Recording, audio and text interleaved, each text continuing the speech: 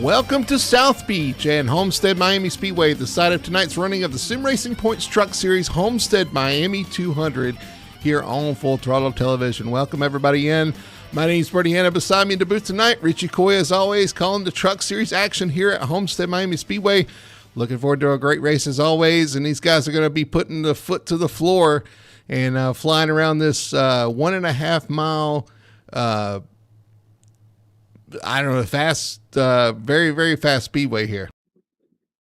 Yeah, man, I was just I was out at the beach earlier. I got my nice tiki shirt on with some shorts on, enjoying the sun down here in Miami, but looking for some hot racing action tonight. Yeah, absolutely. This track is going to be a lot of fun, but this is going to be a little bit different than last week. Also, although similar, this is a symmetrical 1.5 mile track with progressive banking, and it's going to throw a lot of curveballs to some of these drivers tonight, running low, running high. Some even run the middle of the track here, around here for 134 laps.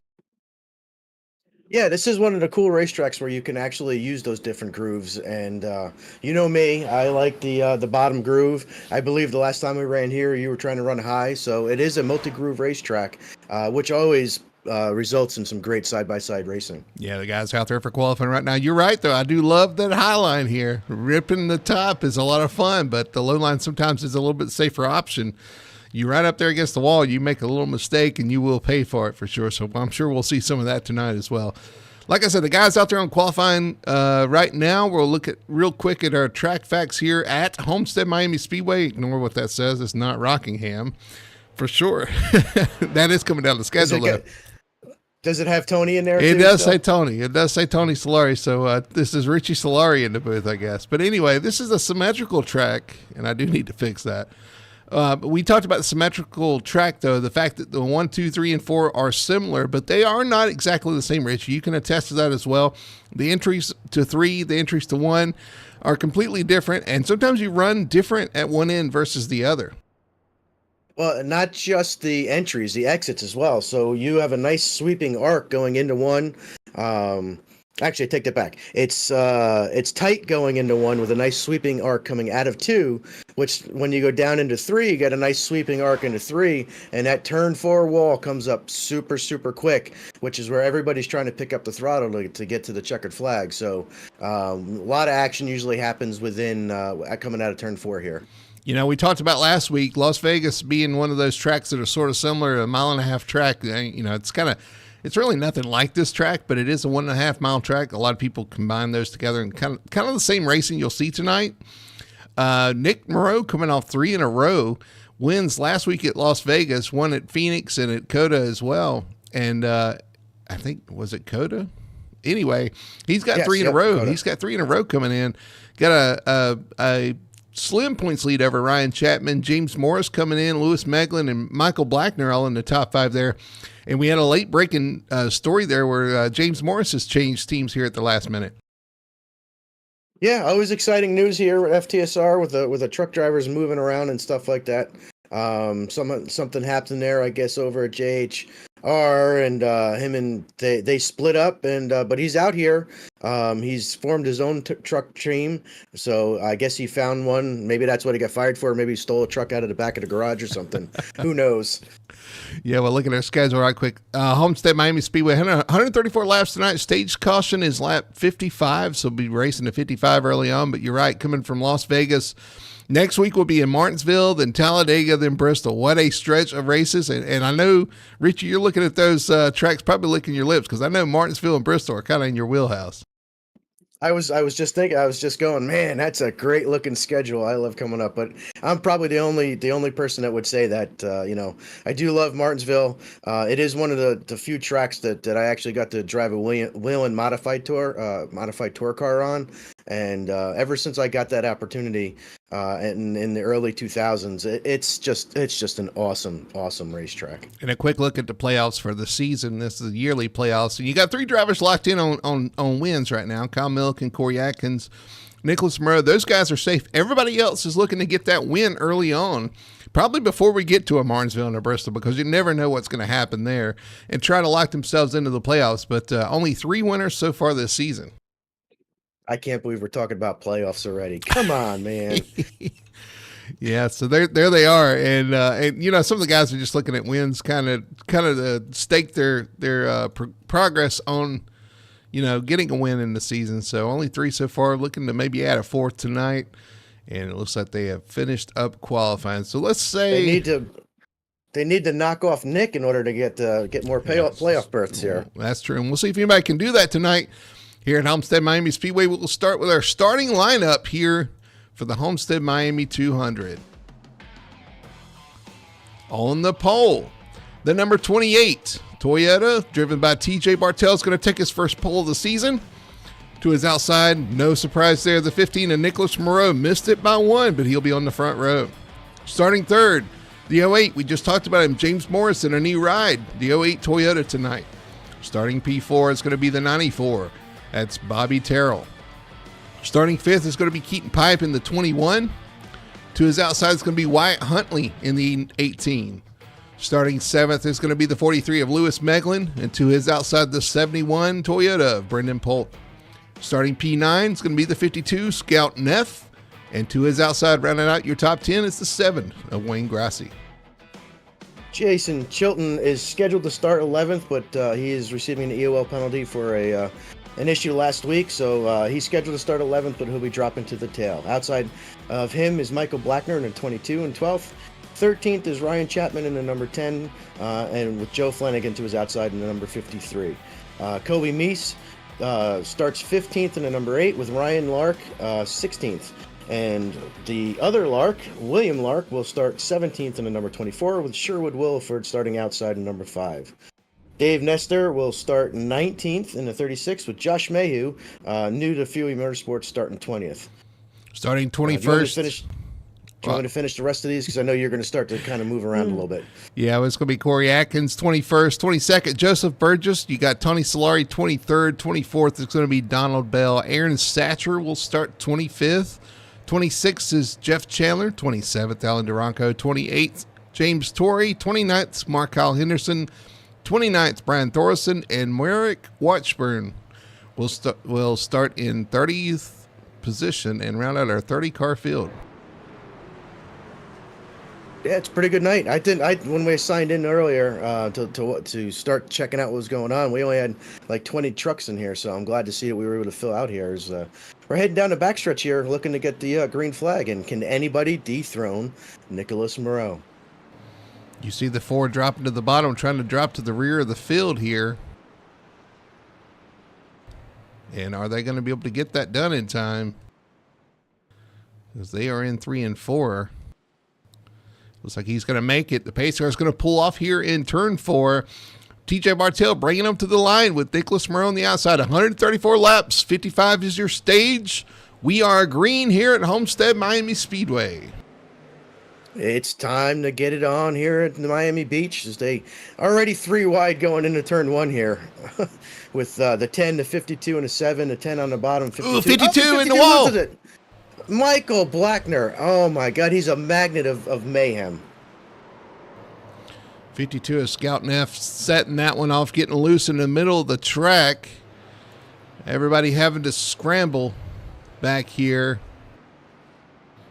We'll see who all is involved. Michael Blackner, you talked about being involved. Looks like everybody else kind of skating through here. If there's mayhem on the racetrack, it always had. Pepto Joe got a little bit of it, but it doesn't look like he has much damage. Sherwood might have a little damage too. Tony Solari, Jeff, they all missed Michael as he was coming. Man, he is just a mayhem magnet, dude. Every time there's a wreck on the racetrack, the 22 is always just in the wrong place at the wrong time. Well, unfortunately, that didn't take long to kick off. Turn 1, lap 1, the 52 of Scout Neff. Around, into the wall, 22 of Blackner involved. 24, the 53 kind of involved as well, like you were talking about. It also looks like Merrick Watchhorn did not make the start of the race, so I know he's up in the top of the points too. Loose and right up in front of the 22. And you see the 22 trying to find somewhere to... Somebody else up against the wall there. Is that the 18? Wyatt Huntley involved in that as well. Let's go back and look at that. Wyatt Huntley was in front of this. Oh, I he missed gets it. I a didn't door see what from the happened. 43 into the wall. Oh, I missed that. That's a completely different wreck that caught up to him. You mean we had a backup wreck again?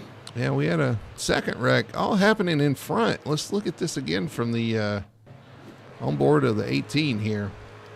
Going through, goes to make it 3 wide on the 94. 43 comes up, and that's all she he's wrote. got some damage on it too. Yeah, He's got some right some front damage. Major damage. Yeah. I'm not. I don't understand why we're going 3 wide here, going into turn 1 here on any particular race. But you got cold tires. It's a cold night, and I don't know. Turn 1, turn 3 wide. It's just I'm not crazy. feeling it, man. It's crazy. Yeah, We I'm had not feeling it. 2 wrecks right there, but man. Well, as always, Best One Tire and Auto Care bringing your instant replay here. We'll rack them, stack them, and try it again because we didn't make it far. We did not. I believe we are on the 1 to go here. They're just starting to line up down the front stretch here for 1 to go. But poor Michael, I think only made it 1 lap on the Cup race on Monday at Las Vegas. So he flew all the way here from Vegas, from the desert to the beach, and unfortunately, Mayhem followed him. What's that? Allstate insurance. I guess he needs to start getting Allstate so he can be covered from the Mayhem. Yeah, he definitely needs some good hands because it's not working. You're right. I mean, it always happens around him. It's for sure. Right. It seems it happens all the time. All right, so we're going to try this again here. Again, TJ Bartell still leading Nicholas Moreau. They didn't even get their tires warmed through 1 and 2 till the caution came out there. I would recommend guys highly not to do 3 wide until at least the end of lap 1. Yeah, I the thing is, he went into the corner, the 52 anyway, went into the corner in the middle of the track, and in the middle of the track notoriously doesn't have any grip on the starts, and so it got loose on him. He overcorrected, ended up in front of the 22 into the wall, and that was that wreck. Then the wreck happened in front of him. The same thing too. He tried to go in the middle right on the start. So, but we're going back to the restart here. Pace car's off, and the field's looking for the green flag. Going down to the start-finish line through the restart zone. Green flag's out. We are back underway here for Homestead-Miami. TJ Bartell leads. Great jump by the OE, and Morris behind him battling for second. Yeah, let's see if we can actually get through this particular section right now without all the 3 wide stuff. Looks like they're all 2 by 2 by 2, so that's a good start. As Morris looks like looking. Oh no, Joe Pepto sliding in the back. 53 sliding in the back. We're under caution once again. Oh, I thought we avoided the wreck, but there was something happened back there. I saw a blue truck low, but it wasn't Joe. Let's go back and look at our Best One Tire and Auto Care instant replay once again. Coming off turn 2, he gets loose on the bottom side, slides, tries to catch it, but he doesn't make the fatal mistake of turning right. He locks it down the inside. Unfortunately, grabs a little bit of wall there. We'll look at that again, see if we get a better angle. Yeah, it looks like that blue car that you were mentioning was the 90 of Joseph Burgess avoiding Pepto. He had made an abrasive move up to the middle, but I think he got loose and came back down the racetrack. Not hitting anything. The only thing involved in this one looked like Joe. Insane theory here, but I wonder if he got damaged in that last track and it caused him, iRacing changed it to where your damage is going to affect your handling more than your drag. I wonder if he got damaged from the last wreck that kind of caused his truck to do something unexpected there and got him loose. It could have been. It's possible. It's definitely possible. He's definitely got get down front end damage now. Yeah, nosed it first into the wall there for sure.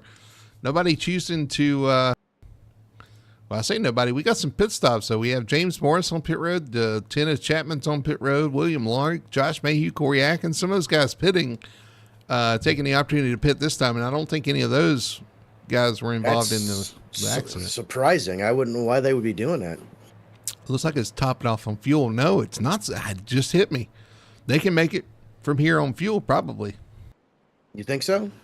It'll be close. But if I was in the back, I would have tried that. I'm not sure how to come in from third like James Morris did, but that's a heck of a play here. If we go green, that could really pay off though. Absolutely, because you could make you'll be able to make it 50 laps on tires for sure here. It'll be a little sketchy, but if you got the fuel load, and can make it. and they have to pit for a lap or two. The only thing that'll screw this up is if they get another caution. Just looking back through the field, Joseph Burgess up 11 spots to P10. Tony Solari up to P11, up 12 positions, and Eric Satcher right behind him in the 68, up 13 positions. Those guys have made some moves here. That's pretty impressive, things that we have only had basically one full lap of racing half at a time here. And I think some of that may have been through people pit pitting. stops. Yeah. Which I'll take them any way you can throw them at me. James Morris down here once again going to top off. Again, like I said, if they can make it from here, this will be a huge play if we go green. But you do take the risk of getting yourself back there in the pack, and we've already seen 2 quick cautions. It's dangerous back there. Well, it seems to be dangerous anywhere in turns 1 and 2. I just hope we can make it through and get one lap of green flag racing here. The guys are capable of it, and I'm wondering maybe if just, if it's a cool night and the tires just aren't warming up, maybe they need to do a little bit of the weaving going on out there to warm up some of these tires. But we're going back green here. Let's get it done, guys. We can do this for sure. Keaton Pipe up 2 positions up to P3. Bobby Terrell on his outside. That's the second row. You got Lewis Meglin, Wayne Grassi behind those guys. All this happening behind the 28 of TJ Bartillo continues to lead with Nicholas Moreau on the outside. They'll bring him down one more time. And we'll get ready to get racing again. Pace cars off. They head to the restart zone. Down here, we'll see what kind of jump the 28 gets. He fires off, and we are back green here at Homestead. Another great jump by the 28 there on the restart. 21 looking underneath Nicholas Moreau going through the turn 1 here. Let's go, guys. We can get through turn 1 here. You guys can do it. I got faith in you. As it looks like they're taking it way easier. The whole field looks like they're taking it a little bit easier going through 1 and 2 there. Down the backstretch, 15 basically pushing the 28 into turn 3. Right on the back bumper. So that'll get them loose. We're 3 wide back there for 5th as we're going to, and Sherwood Wilford gets, there's mayhem coming out of 4. All I saw was Sherwood Wilford involved. Mark Hall Henderson involved, Sherwood Wilford back there. Joe Flanagan's back there. I'm not sure if he got a piece of it or not, but he was back there because of it. And we are under caution once again. Yes, the 5. Sherwood Wilford gets loose. Slides up into the wall. Oh, no, he doesn't hit the wall, but he slides back down in front of the pack. Look at the... Gets 2 of the Carolina boys. Best One Tire and Auto Care instant replay loose off the corner. I wanted to back that up a little bit before he gets loose and see exactly what led to that because he was up the track. Oh, he gets loose on the entry. Looks like he hits the apron on the entry of the corner that starts all that. Did he get loose on entry? Yeah, probably, and then it just never came back to him. Oh, that's a shame. Loose on entry, loose, trying to fight it through the corner. Ends up 3 wide. Tony Solari below him. Maybe a little contact from Tony. And he comes down and clips the 24 and then the 1. Oh, my goodness. Nowhere to go, yeah.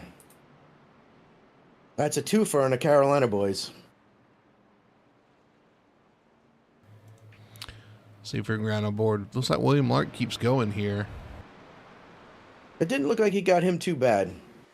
And even, because he clips Tony. That's what kind of sends him back up the racetrack. In the side, but he does keep going. But, yeah, the 1 is the other one we want to ride with. I'm not sure. Viewer discretion advised here. This is why I wouldn't have pitted. Where is the 1? I don't see the 1 on our list. He was 25th at the moment.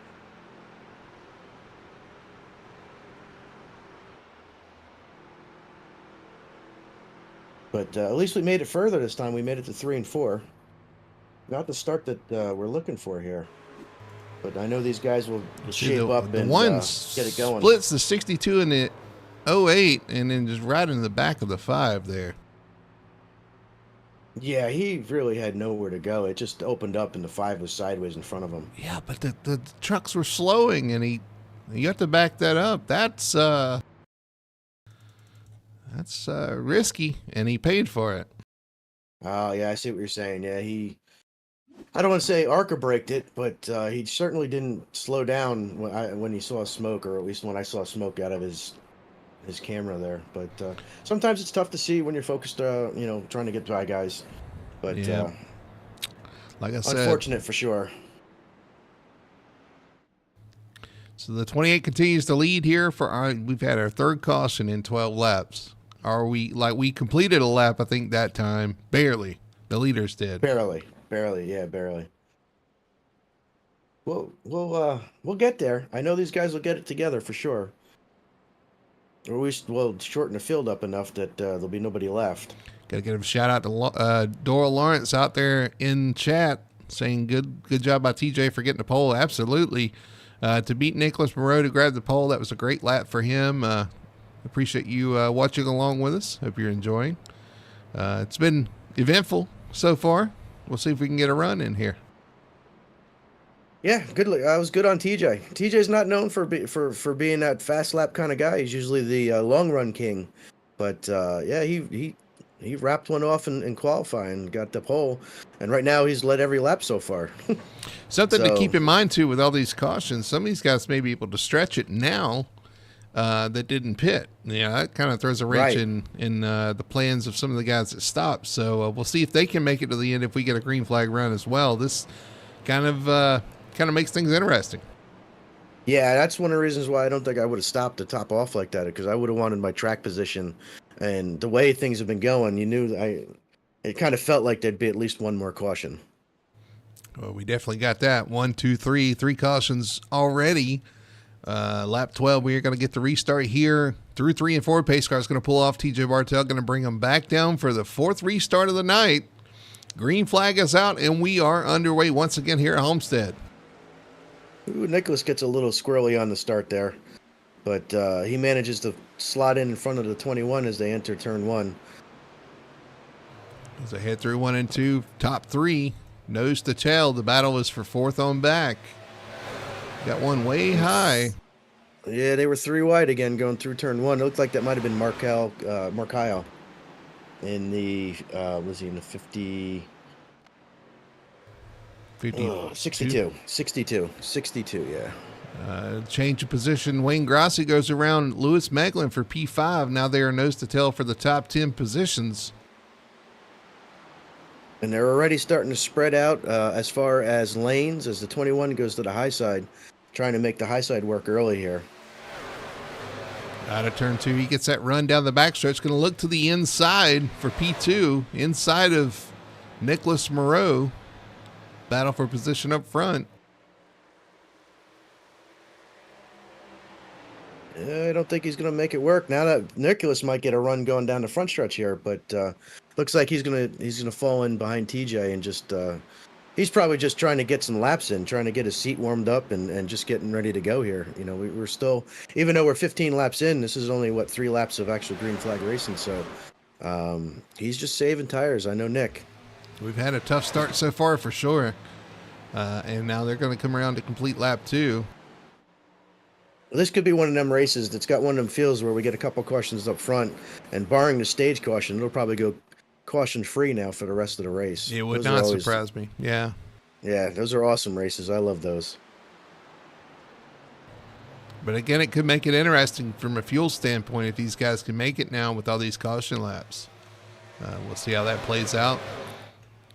Everybody nose to tail down the backstretch, and everybody hugging that bottom right now too, Rich. It looks like everybody's content to run the bottom. And if I remember right, it was about 15 to 20 laps before you really wanted to start venture up the top, even if you wanted to. Yeah, because in the early, when everybody's got grip in their tires, super grip in their tires from them being new, the bottom is always the fastest way around the racetrack.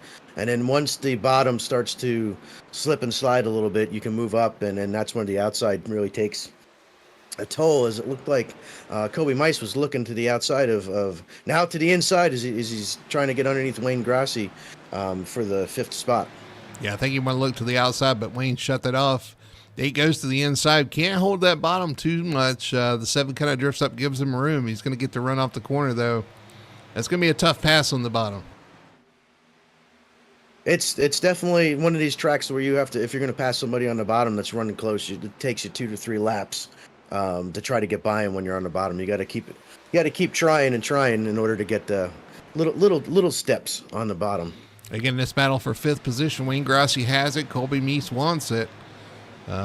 Early on, like here, you got to take care of those tires, though. They are close coming off that corner. Yeah, the outside still gets, because it pitches the inside guy down, the outside gets such a good run. That's why it takes so long to actually pass somebody close. You almost have to give them the old slide job where you dive down in the corner and try to get by them or clear them before you get to mid-corner.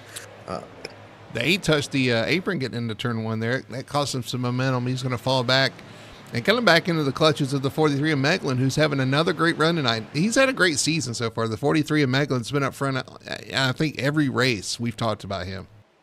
Yeah, he's had a great season so far. Unfortunately, last week he got taken out late running up front. But, yeah, he's had a fantastic season. He's, I think, one of the candidates for one of our most improved drivers of the year so far. But definitely showing up front speed every week.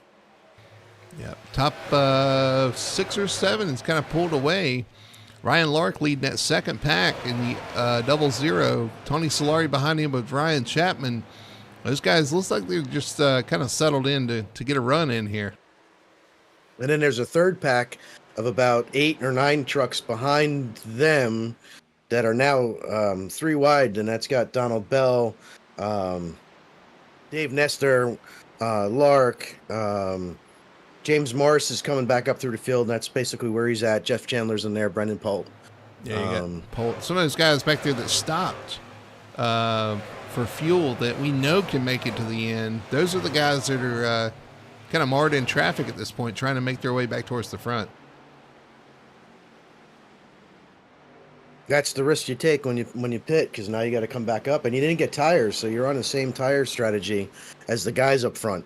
You're just hoping that they have to pit, but now that we've had a couple cautions at the beginning of this race, now you just got to get what you can get out of it. Yeah, you got Dave Nestor back there as well with his group, so everybody just trying to sort things out as we get a what feels like a long run after our first 3 cautions happened pretty quick back to back. Yeah, absolutely. And this is the best racing on the track right now, is this little pack in the back, as James Morris now goes by Donald Bell for... Oh, that was close. 11th position. Yeah, they're tight racing back here. Donald Bell and Brendan Polt very close there coming off the corner. Polt had to check up, and it's going to cost him a spot to the 31, although the 31's going to be blocked in by the 69 of Bell coming off the corner. Yeah, good racing back here. Looks like the 31 is going to get underneath the Donald Bell going into turn 3 here. Meanwhile, up front, we have had a lead change, and we'll show that to you. But Nicholas Moreau takes the lead from TJ Bartell, and it's kind of started to set sail out front. He's got a 0.4 of a second gap over TJ, who's, keeping it kind of close. But then you got Keaton Pipe, Bobby Terrell, and Wayne Grassi all right there together. Yeah, I can't believe you missed the lead change. What's going on? There's just so much going on out there. Well, I hear you. I didn't know what happened either until you said something. But yeah, Nick taking over where he's left off for the last 3 weeks, and that's the question. Does anybody have anything for Nick tonight? I think TJ's definitely just saving his stuff. That's why I said he's the long run king. So he's just saving. Then you got Bobby Terrell back there in 4th, and he's another one of those guys that's sneaky fast as the run goes on. There was the pass for the lead. Nick Moreau just gets a run off turn 2, pulls to the inside, and passes the 28. 28 falls in line behind him. And like you said, I know TJ's been known to kind of save his tires and save his stuff. I'm sure he's thinking, that's fine. I'll just sit back here and ride, take care of my stuff, and we'll see if we got anything at the end. The thing is, anytime you've let Nick get to the front this season, he's kind of pulled off and pulled away. He hasn't done that tonight, though. The TJ Bartell machines keeping him in check. Yeah. Yeah, he's sticking with him. He's right there. He's Nick. I figured Nick would be driving away with this, but TJ's within a truck length. As we hit lap 27 here, racing lap 55 for the stage, 134 for the race, we are about halfway to what we will call the stage break.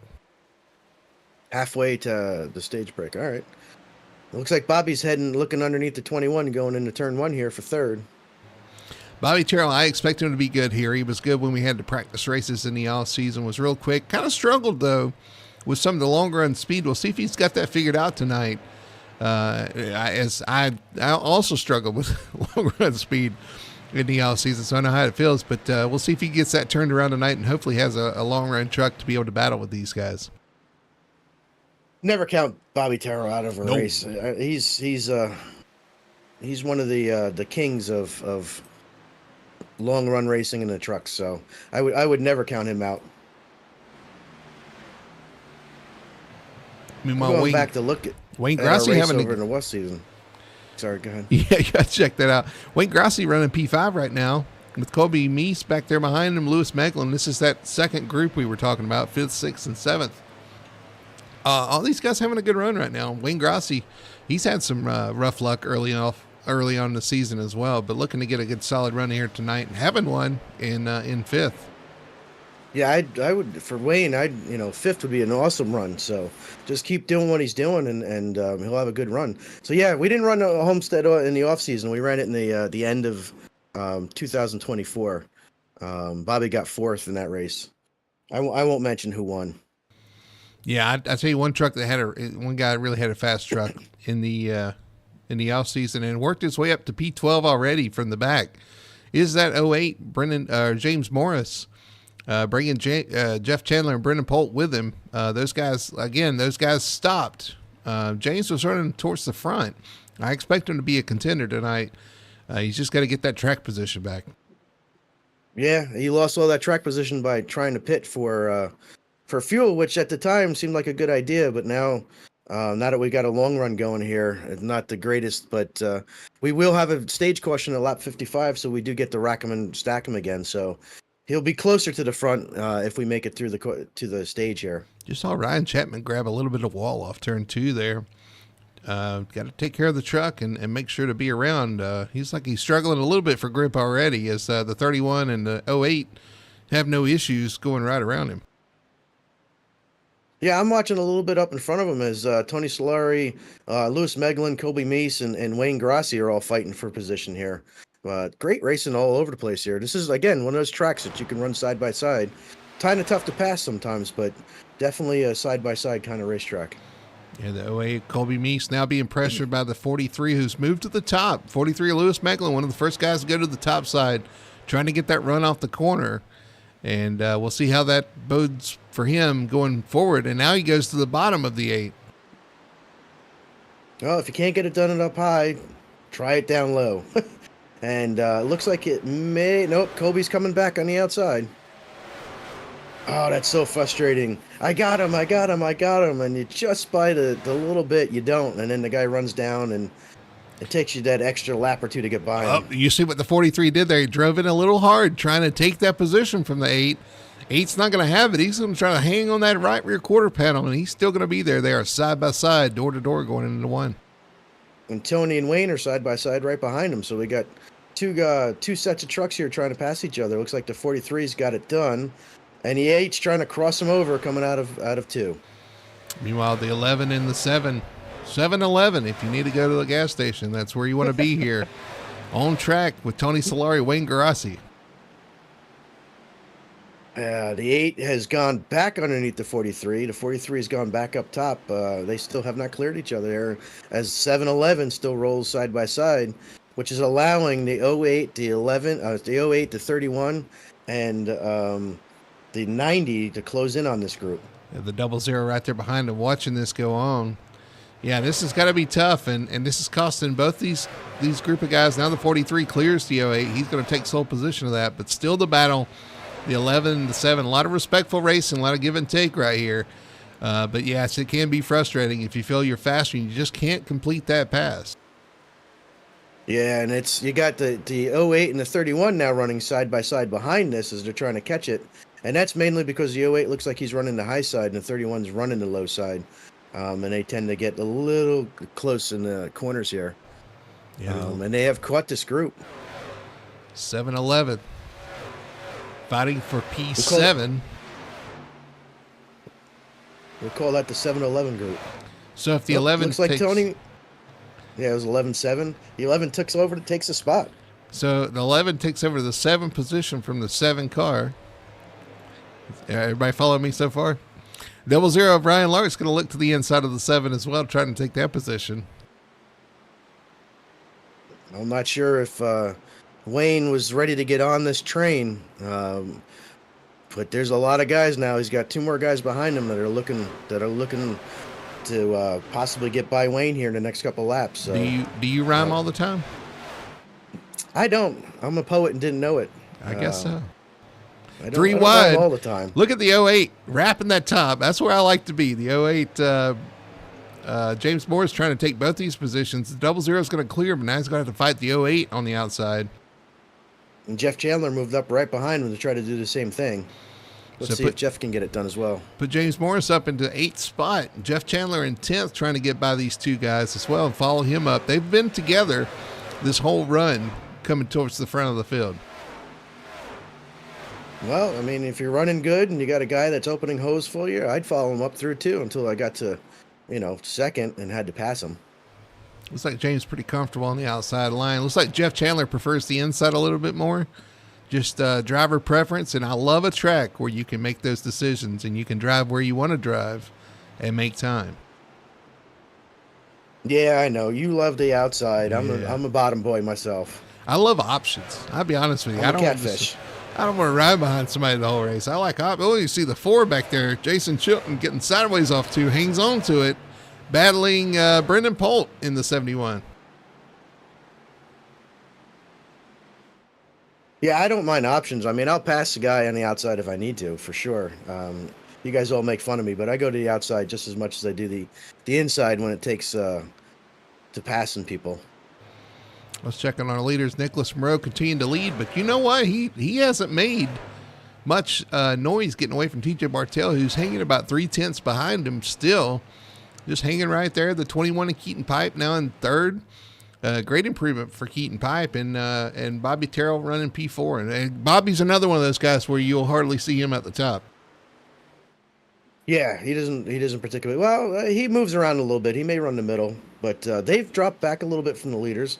TJ's right there within 4/10 of Nick, but Keaton's dropped back to almost 2/10 behind this lead group, with Bobby right behind him. Lewis Meglin just about as far back in 5th behind this group. So we've got a battle back spaced here. Out in the front. The 11 of Tony Solari trying to hold off the 00 Ryan Lark. Jeff Chandler in this battle as well. James Morris made it by all these guys already and has moved out a little bit. And he's caught Colby Meese, but heck of a battle going on here inside the top 10. Looks like the 00's moved up a little bit. Well, not so much. Well, he did. Injured. He moved up to pass, but he's back to the bottom. He certainly went to the top. And the 31's doing the same thing. Jeff Chandler utilizing that top lane to get that position. Dropped Tony Solari to P10. Wayne Grossi back there behind him. Yeah, unfortunate for Wayne. He was up in 5th a couple laps ago and has spiraled out of the top 10. But like I said, we rack him and stack him for the stage so he can maybe make some adjustments and come back to the front. Well, the 7 is now in P11. So just continue that whole theme there. It just continues on and on. But the 11 is not in 7th anymore. No, he's not in 7th. He's dropped back. He ruined it. Yeah, he ruined it. Thanks, Toddy. He flicked his way out of 7th. Let's hope he's not doing much flicking out there tonight. You want to keep this thing as straight as possible off the corners because it does get sideways if you're not careful. Right now, everybody doing a good job, though. This is what we were talking about, running to the end. This is going to be interesting. The guys up front, did they save enough fuel to make it? The guys in the back, do they have time to get back towards the front? James Morris is making a statement that he can. He's up to P6, but he is already 6 seconds behind our leader. And speaking of our leader, that old 28 is only 2/10 off the leader. He's right behind Nicholas there for the lead. You know, I should have thought about this before. I think I remember TJ Bartell winning one of our truck races here before. So this is really not a surprise to me. He has won here before in the trucks, knows how to get it done, and he is showing right now that he is going to be a contender all night. He's starting to put pressure on the 15. Well, correct me if I'm wrong, but he is the 2024 FTSR truck champion, is he He not? is the defending season champion of the Truck Series for sure. Yep, and he's making a statement that he's going to try to do it again this season. And strangely enough, so he won the race at Phoenix at the end of the season.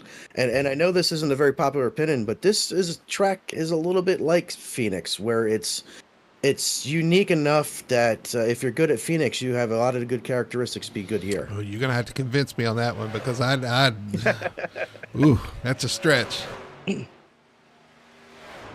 Well, sometimes my mind works in mysterious ways. I don't know what to tell you. Well, whatever works. I mean, hey, who am I to say?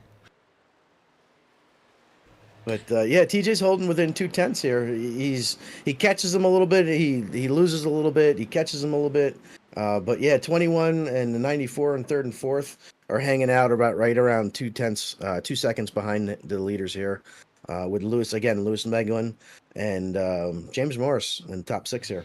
Yeah, P6. I'm just looking to see what kind of time he's making up. Still about 6 seconds behind. Making up a little bit of time, but it ain't going to be enough. I mean, he will come away with stage points where he's running, but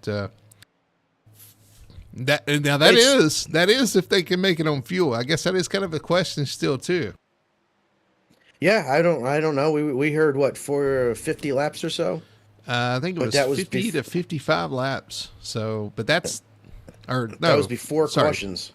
45 to 50. 45 to 50, yeah. So that's 5 laps they had to, but they had a lot of caution laps too. So if I had to guess, I'd say they'd be okay. Yeah, I would tend to agree with that. But we'll find out. But again, James Morris is stemmed the bleeding by going to the back there. He'll restart 6th. Which I think he started the race in 3rd, so net result for stage 1 at this particular point, if everything stays the way it is only 3 spots, so it could have been way worse. Yeah, absolutely. We got that green run, and that's probably helped him out, kind of dice through the field. I guess he would have liked to caution about halfway through the run to kind of reset, get some track position, but still can't complain too much with that. No, not at all. And Jeff Chandler just made his way past the 00 of Ryan Lark, so he just moved up to 8th and is now working on the number 8 of Kobe Meese.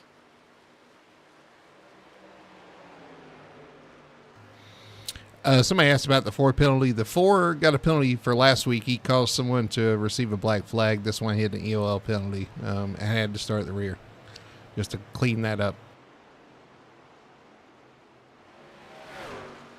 Kind of an administration type of an issue, but he's made his way. He's up to 14th.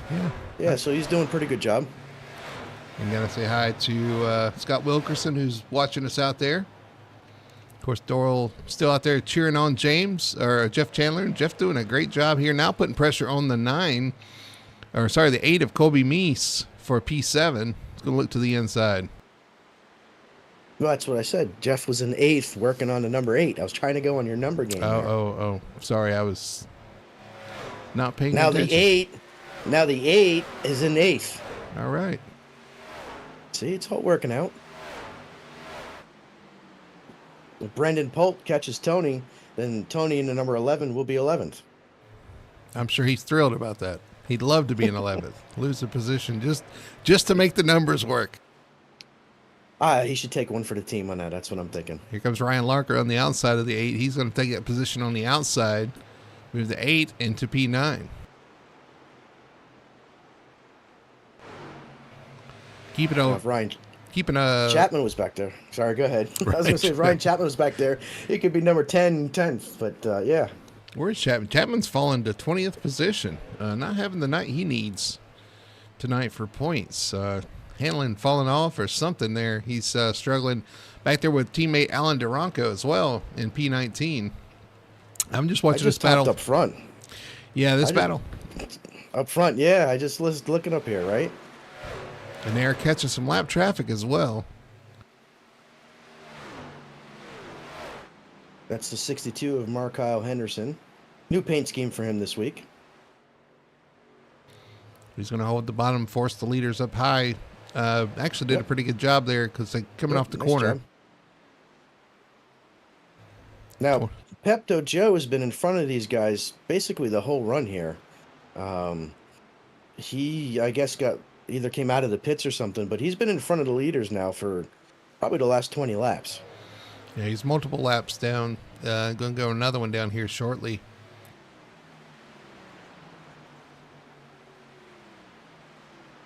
Yeah, that exchange did not work for TJ. He's back to 4/10 behind Nicholas Moreau. Clean air, unfortunately, is always king. One lap to go for the stage. They're going to come around and get the green and white checkered flag next time by. The 15 Nicholas Moreau continue to lead. I think TJ lost a little bit of ground in the traffic there. He's going to have a hard time making that up to make any kind of charge here. So it looks like Nicholas Moreau, barring anything major happening, will come around and get the stage win tonight, picking up where he left off last week at Vegas. Going to come home with the early win, the stage win here at Homestead-Miami. Picking up right where he left off as he crosses the line, takes the stage win, followed by TJ Bartel. Keaton Pipe in the 21 comes home third. Bobby Terrell fourth. Lewis Meglin fifth. James Morris all the way up to sixth in the 08. Jeff Chandler seventh. Ryan Lark eighth. Kobe Beast holds on for the ninth. Brendan Polt does get 10th. Yeah, Tony fell back to 12th there. Even Josh Mayhew got by him there.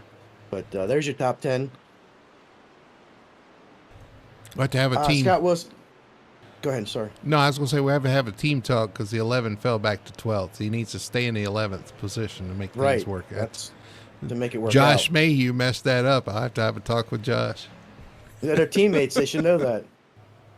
Scott Wilkerson, the 08. James Morris is driving the 08 tonight, but it was a late race or late team issue, and so he switched to the 08, but didn't get a chance to change his paint scheme for it. That's why you see 18 on the 08. Yeah, late add the 08 getting in the race tonight. Some last minute changes on the team forced him to jump on his own team and be able to come out here tonight. So everybody comes back under the pace car as the caution's out for the stage break. We'll re-rack them and stack them and come back right after this break and get the green flag going once again here on Full Throttle Television. We are Best One. The best tires. The best customer service. The best automotive service. The best team. And the best customers. You see, Best One isn't just our name, it's who we are. Since 1948, Best One has been delivering quality and dependable tires and full-service automotive care to our customers. Best One, selling tires, serving people. We are Best One.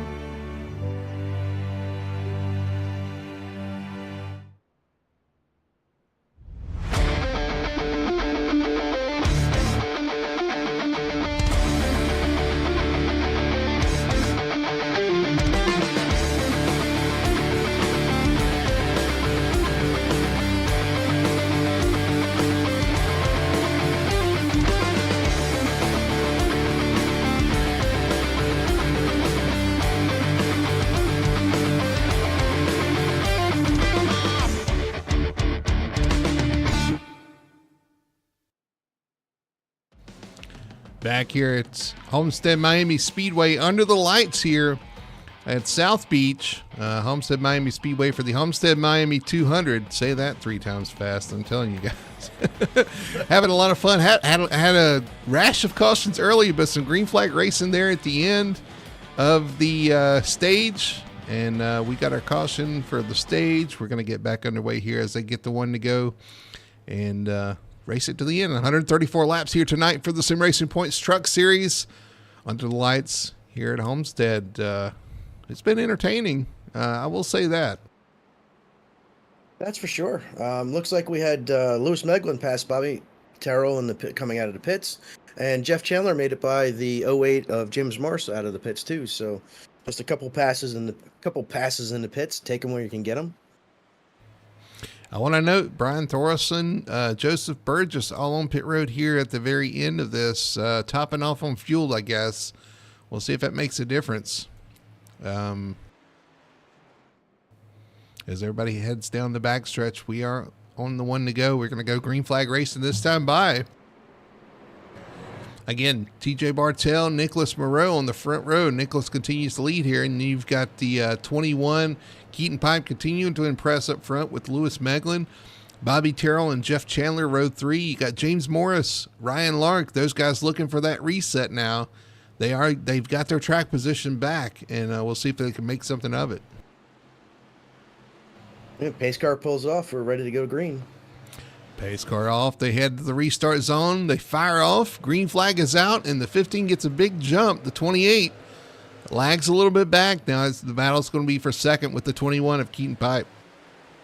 Yeah, 21 gets a great jump behind Nicholas and moves right to the inside with Bobby Terrell in tow. We've seen restarts. Yeah, I was going to say we've seen restarts beat the story now. Bobby Terrell going to look to the inside of Keaton Pipe. 3 wide, now 2 wide as they head down the backstretch. The 08 looking for room in the middle. Yep, James Morris is licking his chops now that he's back up front and he can actually see the leaders. So let's see what he can do now, starting from 6th instead of back in the pack. Oh, the 94 cuts off the 21, cuts that run off on the outside. He's going to take sole position of P3 with James Morris right behind him on the bottom, Keaton Pipe on the outside. Bobby took the opportunity. The 21 is sliding back a little bit as James Morris makes his way through too. So we have a yellow on the track. Yellow flags out. Looks like Michael Blackner involved, Aaron Satcher involved. How is Michael Blackner involved? I don't know. Let's look at it with our best one tire. And I'll look here, instant replay. Watching coming off the corner. Watching the 7. Why are we watching the 7? It had nothing to do with the 7. So let's rack that one up again. Best one tire and auto care instant replay. The 22 coming off the corner.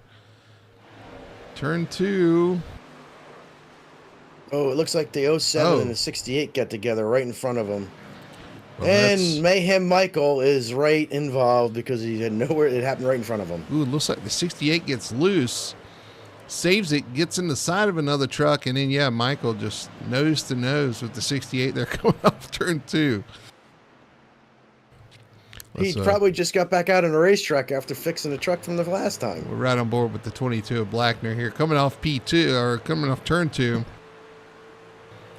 Oh, truck there, no good. And he locks it down, but...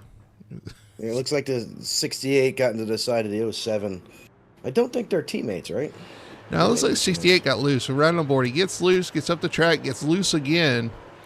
And that's what causes him to get in the side, into the wall, turns around backwards, and looks at Red Bull. And Michael says, "You can't park there."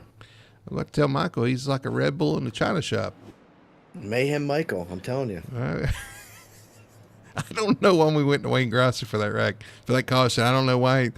I guess the system thought that he had something to do with it. He did not. But he did lose a lot of positions on pit road, though. The 12 or the 7 of Wayne Grossi finds himself P12. I wonder if he had some damage from maybe scraping the wall at some point during that first run. Possibly. Or maybe even from one of the earlier wrecks. So we're under caution once again. The 15 of Nicholas Moreau leading, the 21 of TJ Bartell, or 28 of TJ Bartell second. Bobby Terrell up to P3 in the 94. James Morris P4. Keaton Pipe 21 P5. Yeah, a little bit of a shakeup there with Keaton Pipe going from second to 5th there on that restart. Make sure I'm live, not Memorex. DJ looks like he's really excited out there.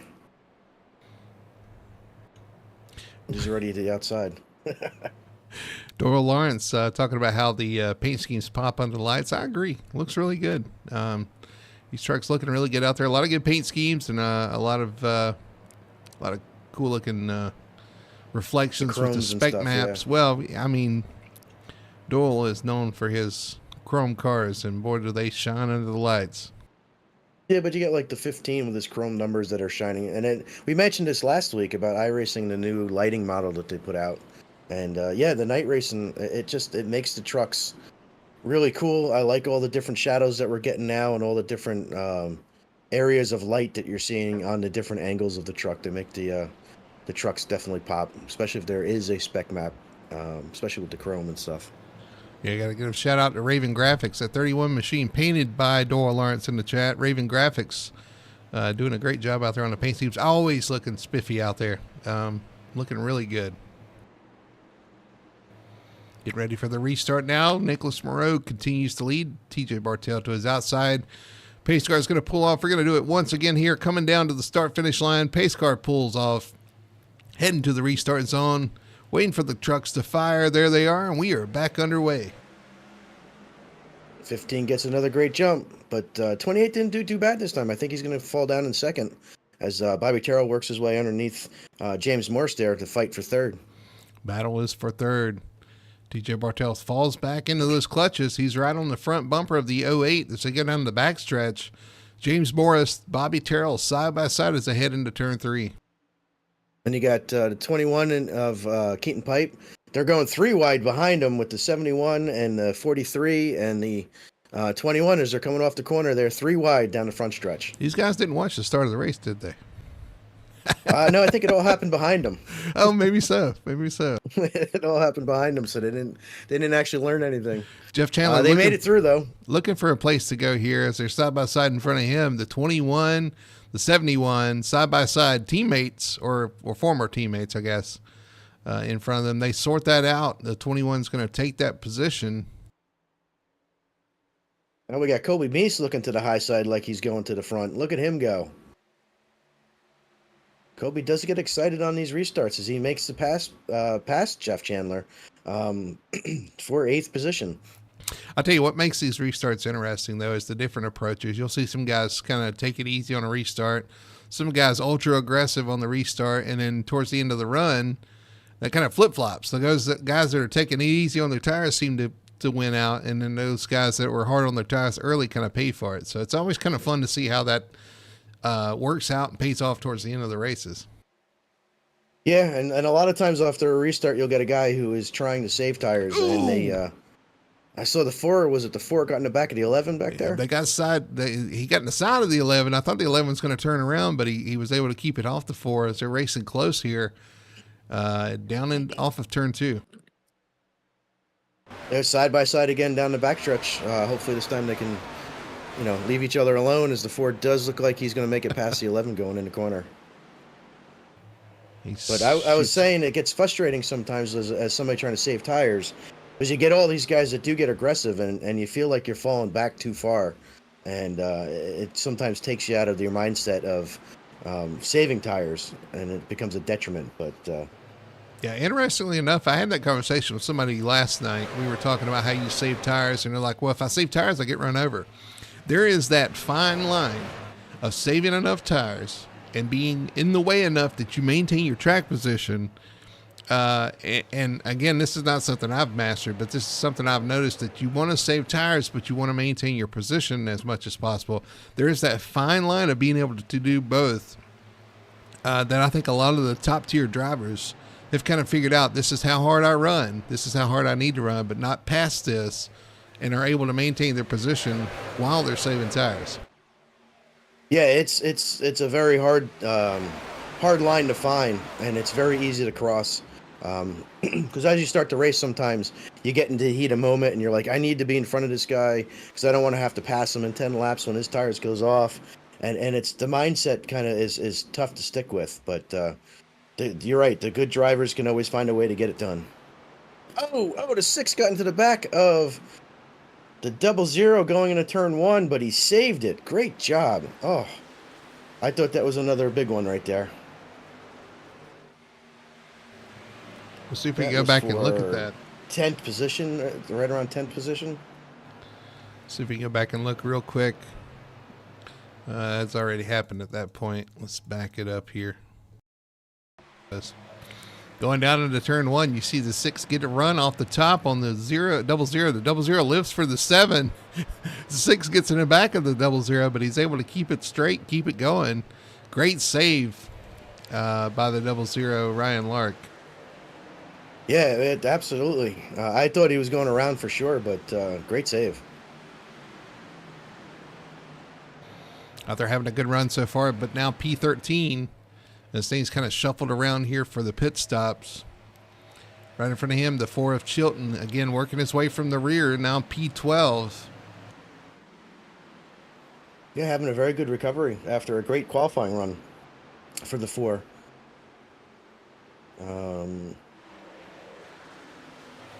Jumping back towards the qualified front. 11th. The 21 of Keaton Pipe. Trying to look for a way around the 43 of Lewis Meglin. James Morris up there. Brendan Polt behind this group with Colby Meese. But the 21 being one of the first guys to go back to the top. Now we got a whole train right there behind Nicholas. So I keep asking, does anybody have anything for Nicholas?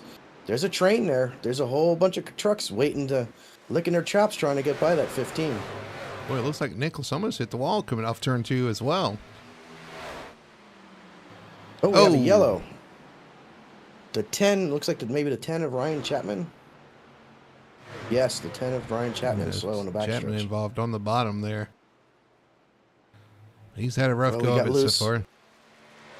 Gets loose coming out of the corner, and just we'll look at it on the Best One Tire and Auto Care instant replay here. Watching the 10. Let's back that up and do that again. That was a bad camera angle. 10 coming off the corner. Gets loose off turn 2. Sideways in front of the 2. No contact though. And the 10 just slides to the inside. Noses into the wall. Just like we saw. Who was it off turn 2 that did that as well? That'd be Pepto Joe in a 53. Joe. Yeah. Yeah. Joe Flanagan. Joe Flanagan. We both said that at the same time.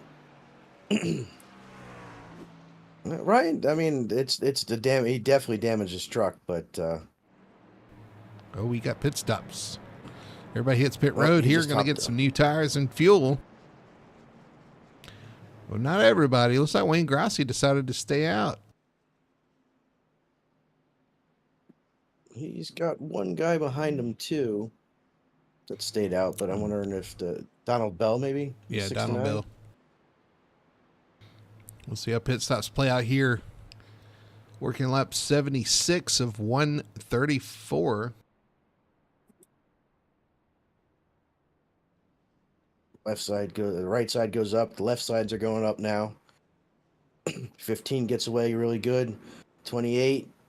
James Morris gets by Bobby Terrell coming off pit road. So another pit road shakeup. Oh.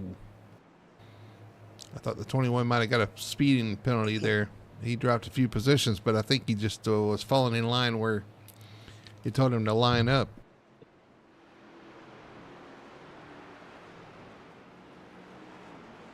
So now there's a 7 and a 69 pit this lap just to be able to pit with nobody else, or are they going to start side by side?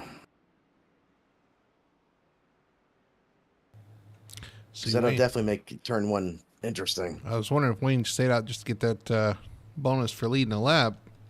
Remember, that is 1 point now. It is. But no, it looks like he's going to stay out. So he's decided that he don't want to burn a set of tires here. And that could be important. We had a rash of causes at the beginning of the beginning of the race. We might well have that happen at the end of the race as well. Well, I hope not. I hope these guys can race it out without those issues. But yeah, you never can tell. We had a pretty good long run there in the beginning of the second half of the stage. And hopefully we can get back to a long run here. But these two guys up front are definitely going to make an interesting restart here, as Donald doesn't look like he wants to go to the outside. That's what I was looking. There we go. Now we got him. We got him sorted out now. I thought we doubled up. But this could definitely shake something up. Yeah, he could definitely shake something up now. It's going to make it interesting for sure, because these guys are not going to fire off like the guys with new tires back there. Although we did see the guys on new tires have, struggles getting their car to do what they wanted to through the corner as well. So we'll see how this works out. This is definitely going to make things a little interesting on this restart. Let's hope everybody can hold it together here as we get a restart. Lap 77 of 134. Pace car is going to pull off here. We're going to come to the restart zone, and we'll see how this works out as we head off into turn 1. Restart is green, and we are back underway.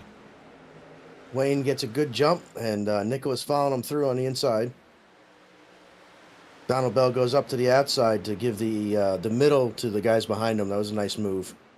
let's see if they can get by there without any issues. So far, so good as they come off turn 2. And caution is Tony out. Solari around.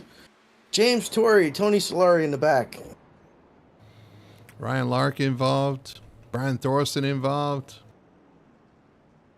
Well, I said it was going to be an interesting restart. I didn't know it was going to be back there, though. Yeah, I was watching the front. I didn't see this. Yeah, I just caught it on my camera lens. I believe James Torrey gets loose. So I would look towards him. As we go, the best one tire and auto care instant replay. Watching the 11 of Solari. It happens in front. The 6 in the 24. Ooh, and the 11 collects another truck there. So yeah, it looks like the 6 gets loose and checks up, and the 00 of Lark gets into the back of him and spins them both out. He's loose. Yep. Right in front of Lark. Collects Solari. Solari Probably collects. shouldn't be too bad. No. Boy, that truck at the end. Dave Nestor, yeah. Was that Nestor he hit? Yeah, 11 slides down and hit. Okay, I was talking about the orange car behind him. I think the other Lark comes through there. Or was that Mark Kyle? Nah, it was the 24. We're right on board with Lark in the 24 here. It happens in front of him. He almost gets a piece of it, but snakes through, but very, very close.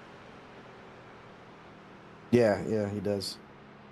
You know who didn't get involved in that and was back there? Mayhem Michael Blackner made it through without he any missed issues one? this time. He missed one, yeah. I'll have to talk to him, mate. We can add that. Tell him to make sure he gets to that one next time. We're kidding, Michael. We're kidding. And everybody watching, we are just joking. He's had a rough go of it. Although he probably would laugh it off as well at this point. But you know what? Wayne Grossi's still in the lead, though. He did not get past for the lead before the caution came out, so he continues to lead laps here. Out front, Nicholas Moreau will start second. TJ Bartell, James Morris. Donald Bell drops to 5th right now. Yeah, Donald Bell held on. But again, we only made it 3/4 of the lap. He did move to the high side to let the leaders try to race it out there, which was very nice of him, but I don't think we got far enough along. But yeah, shake up now. Now you're going to have Wayne on the inside, Nicholas on the outside. Will TJ be able to get a good enough jump to get by the 15 on this restart here? Yeah, we'll see. With being the leader, that's the position you want to be in for sure. You get to control the restart. You get to kind of go when you want to.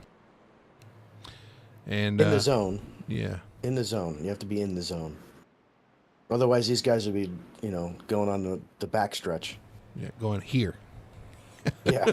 It's like an F1 race. The F1 guys kind of just take off wherever. And yeah, we don't want that. We don't want that. Yeah, IndyCar does that too, where once you go down the back stretch, you can hit the throttle pretty much anytime you want. We don't do that here. Restart zone. Get in the zone, restart zone. Is that what? Hey, Joe Flanagan might be on the lead lap again. Let's see. No, I'm not showing him on the lead lap. No, I see it, but he just got the lucky dog. Is he gonna come back around and get on the lead lap, or is he gonna be one lap down? Either way, he's almost made it back to the lead lap. Yeah, we'll see. Pace car's off. We're gonna get another restart here for the Full Throttle Sim Racing Points Truck Series is green once again here at Homestead. Devin gets a great restart, but TJ not so good. He gets passed by both Nicholas and James Morris, as James Morris is looking underneath the 15 to no avail, as the 15 is going around Wayne coming down the backstretch. Yeah, James got a little loose off the corner there, kind of changing lanes in the middle of the corner, kind of upset his truck and kind of maybe upset TJ Bartell a little bit as well as he come across his nose. But he files back in line here. TJ Bartell on the outside, being pressured by the 94 of Bobby Terrell as the 7 continues to slip back. 69. Oh, there's a wreck. 69. So it wasn't nice, I guess. No, it was, but they were three. There were 3 wide underneath them, and 4 wide never going to work coming out of turn 4. All right, let's go back and look at this caution. Once again, the best one tire and auto care instant replay. 43 trying to look to the inside. 69 comes off the wall a little bit. Across the bow of the 43 and the 31. Both of those trucks get in contact. And caution's out again.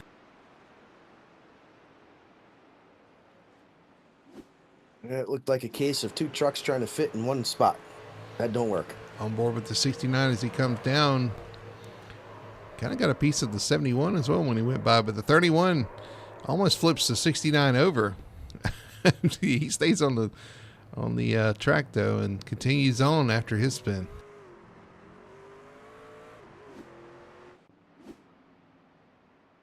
I'm just rewinding it myself. I didn't see the contact with the 31. Well, when he gets turned sideways, the 31 just kind of, Yeah. he's just there. So that may bring Jeff Chandler to pit road. Let's see if he does decide to pit here. Yes. Along with some of the other drivers. Of course, Wayne's going to take this. He's going to take this opportunity to pit. Brennan Polt's going to come in as well. Alan Duranco, Mark Allen Henderson behind these guys coming to pit road. This is definitely another opportunity to go ahead and get some damage undone. All right, so now Pepto, if he didn't make it back on the lead lap last time, he just got the wave around again.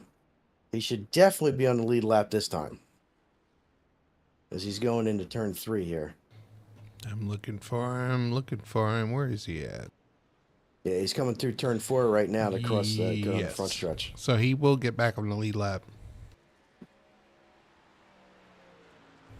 Yes. There he goes. Yep. Look at him. And Brian Thorson's going, yes, Pepto's on the lead lap. The next question, maybe I'll get on the lead lap because he's the first car 1 lap down. So the race within a race, always for that lucky dog spot. Did Ryan Chapman call it quits after that wreck? Looks like he's not in the server anymore. Is he done? Yeah, he went ahead and parked the truck. Yes. All right. Well, I've been looking at the infield care center, but I haven't seen anybody walk out the front doors of the infield care center. I think all these guys are walking out the back door or something. I'll let them be hauled off by helicopter to the nearest hospital. I don't know if we've seen anything. Yeah, we haven't. Hey, Like last week, I mean, we had an 11 truck on his lid, maybe, but this week, nothing too crazy yet so far. We got a ways to go, though. Only lap 86 of 134. Yep, coming out of turn 4, the pace cars are going to drop down. We're going to rack them and stack them again, and hopefully we can keep things not as spicy as it's been here. I think that's turn 2. I'm on the wrong side of the track. I hate when it happens. Strike that, reverse it. Flip it and reverse it. Richie Coy. No, actually, that's strike that, reverse it is a from Willy Wonka and the Chocolate Factory. Yeah, flip it and reverse it. I won't tell you what that's from, but that's a whole nother. That's a different Willy Wonka. Actually, that's a different. Yeah, that's a different chocolate movie. All right, as we're getting ready for a restart. Pace car's off. We get to the restart zone. Green flag coming out. There it is. And we're back underway here at Homestead. Lap 87 of 134 complete. Nicholas Moreau shoots himself out of a cannon down into turn 1. I'm glad you said cannon. Well, I mean, that was probably the best jump I've seen so far on the restart there. We still got him 3 by. Oh, we got a car. Looks like the 24 shooting down the track coming off the corner. They've got one on the apron. We're getting wild and crazy back here. These guys are giving me gray hair. I'm not going to lie. They're giving me gray hair. Well, they would tell you that's why you're up in the booth. You can't hang. You can't hang. You can't handle it. Wait a minute. Who won on Monday? True. I can hang with these guys, but I tell my daughter all the time I used to have no gray hair before she was born, and every gray hair is from her.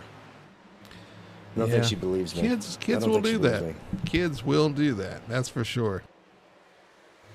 Coming off turn 4, though. Nicholas Moreau continued to lead. New second-place challenger, though. James Morris moves up into P2. TJ Bartell up to P3. Yep, that goes back to the same question, though. Does James have anything for Nick? Because Nick is just out front running his race there. I'm sure Nick will take note of the fact that that's a new truck behind him. No longer the baby blue of the 28. Now the red of the 08, putting pressure on Moreau. I'm not sure Nick cares. Red truck, blue truck, white truck. He don't care. As long as they're behind him. Yeah. Exactly. We got a pretty good race going on. I thought James kind of went up high a little bit there, but I guess that's just his normal line. But Keaton Pipe trying to come back on the inside of the 43 down the backstretch for 5th place. Boy, they are tight going on the corner. They are definitely tight. Yeah, the 21's loose. I thought, woo. That's pretty good. 43 hangs on to it. It's going to take that position, though, move Lewis Macklin up to P5. Now the 21 goes up top. The 43 stays on the bottom. The 43 has actually been running to the top. But it looks like he's running the bottom here in the beginning of this run. You know, a shout out to somebody I tend to kid a lot with, but a shout out to Kobe Meese, running 7th right now, having a great race. He's right there with the lead pack and actually doing a really good job. So congrats to Kobe. Let's hopefully he can keep that going for the rest of the race here. He had a good run going last Monday night, two days ago as well, and the Cup car had a good run going. Starting to find his groove here, starting to finish these things off, and having good runs. Able to see it to the end of the race is an accomplishment. He's having some good runs lately. Well, it's an amazing that you have good runs. You can't have a good run without finishing. So finishing is one of the most important things, and if you have a good car during that race and you finish, you may have a good run. So, what is this? Just kudos to him. What is the saying? To finish first, you must first finish. First finish. Yeah, that's it. I know you can't win the race going in turn 1, but you sure as hell can lose it. Yeah, that's another good one, too. And that's very true as well. Unfortunately, we saw some guys find that out tonight. The 52, is he still out there? No. 52. Scout Neff in the garage. No. Same thing with the 18 of Wyatt Hunley trying to go, I don't know if he was trying to go 3 wide. Ended up 3 wide and was a victim Corey Atkins. Corey Atkins is out of the race along with Sherwood Williford, Aaron Stature, Ryan Chapman. But Michael Blackner, Mayhem Michael, is out there trying to make laps still. He's made up actually made up a bunch of spots, about 6 spots. He goes to 21 trying to make that pass once again on the 43 on the inside. Michael might take some offense to you calling him Mayhem Michael. Well, I'm not saying he's mayhem. It just happens to be that the mayhem always ends up around him. He's like a mayhem magnet. Yeah, mayhem magnet. There you go. As the 4 and the 8 are running side by side back there for 7th place. Colby Meese trying to hold off the charge of Jason Chilton, who continues to make up spots after starting in the rear. Doing a good job of kind of marching towards the front. Currently, this is the fight for P7. Doyle in the chat asked how much damage Jeff got out of that, and I don't honestly know. I do know he was in the pits for a little bit, but he's out there running in 11th spot, and it looks like he's trying to still make his way forward. So hopefully not too bad. He's in 11th spot, right behind the 11 car. I knew you were going to do that. Currently in 10th. The 71 of Brendan Polt in front of those guys. 21 and the 43 continue to battle side by side for the 5th spot back there. That just seems every lap. And again, this might be just that the 21 is running on the bottom and the 43 is running up top, but they're side by side and have been for the last 5 or 6 laps now. As long as you're not burning your tires off, you can do this. That's fine. Because if I remember right, me and you also did this. We were just running different lines. You know, the thing is, I'd run up top, you'd run at the bottom. We'd kind of come together in the corner. We'd sort it out off the corner, and you'd end up side by side again in the next corner just because you're running different lines. So as long as you're not using your tires up too much to do this, that's fine. The problem you run into is when you start abusing your tires trying to run where you're running or trying to make this pass. Or you slow each other down. That so too. It's important. Yeah, if you start to slow each other down, that's when it starts to become an issue. As the 43 clears the 21, and they single file out there. Now, I know both these guys up here. I've raced with both of them before. Nicholas Moreau, James Morris, even TJ Bartell. These, and even I'll throw Bobby Terrell in that as well. All four of these guys, they know how to save their stuff and not go too hard too early. So no matter what it looks like right here, I'm sure every one of these drivers are saving tire to make a charge at the end. I just know they're just riding at this point. They're not going to do anything out of the way. They're just going to try to ride this out and see if they've done better than the guys around them to save tires towards the end of this race. All right, so we have 35 laps to go. When's the go lap? When do we stop saving tires and start making passes? And I ask that question a lot. And I always kind of wonder what is the signal? Okay, what time do you go? But I really feel like sometimes these guys will run their pace and wait for the guys around them to just fall off. Instead of stepping it up, you just maintain your pace and hope that the guys around you fall off enough to where your pace, you maintain your pace enough to where you're that much faster than the guys who have used their tires up more. Yeah, I mean that's definitely also that's probably is the way to go. I mean, you just save your stuff, and then all of a sudden the guys around you maybe burned up the right rear or the right front, and then you're just eventually just start running all over them because you're a little bit that much faster. I'll tell you my issue with this though. When I start doing this, I start panicking when I'm doing, I'm running my pace, as hard as I do need to run, and all of a sudden I'm maintaining, but they're pulling away from me. I'm like, well, I was saving tire, or I thought so, and these guys are starting to pull off. Now I'm worried because I'm like, okay, I've done what I thought I needed to do, and I'm still losing. So that can be very frustrating for Yeah. sure. I've had that happen myself. You're out there, you're like, I'm saving tire, I'm doing what I need to do, but they're still pulling away from me. And then you get to it and you're like, the guys behind you, I'm like pulling away from them, but that guy in front of me is still pulling away from me as much as I'm pulling away from the guys from me. What do I got to do, Battle for 10th spot here. 71 of Brennan Polt, trying to get around the 7 of Wayne Grassi. Wayne's going to slide up the track, take that position P10. 71's going to pull up to his bumper as they head off into turn 1. Got a battle for second now as TJ looked underneath James Morris there for second place, and I do believe nope, they're still side by side up there. Yeah, Morris looks like he's getting a little loose on the exit of the corners. From what I could tell, looks like his truck is a little nervous coming off the corner. And maybe I'm wrong. Hey, he's in the wall right there. He's in the wall.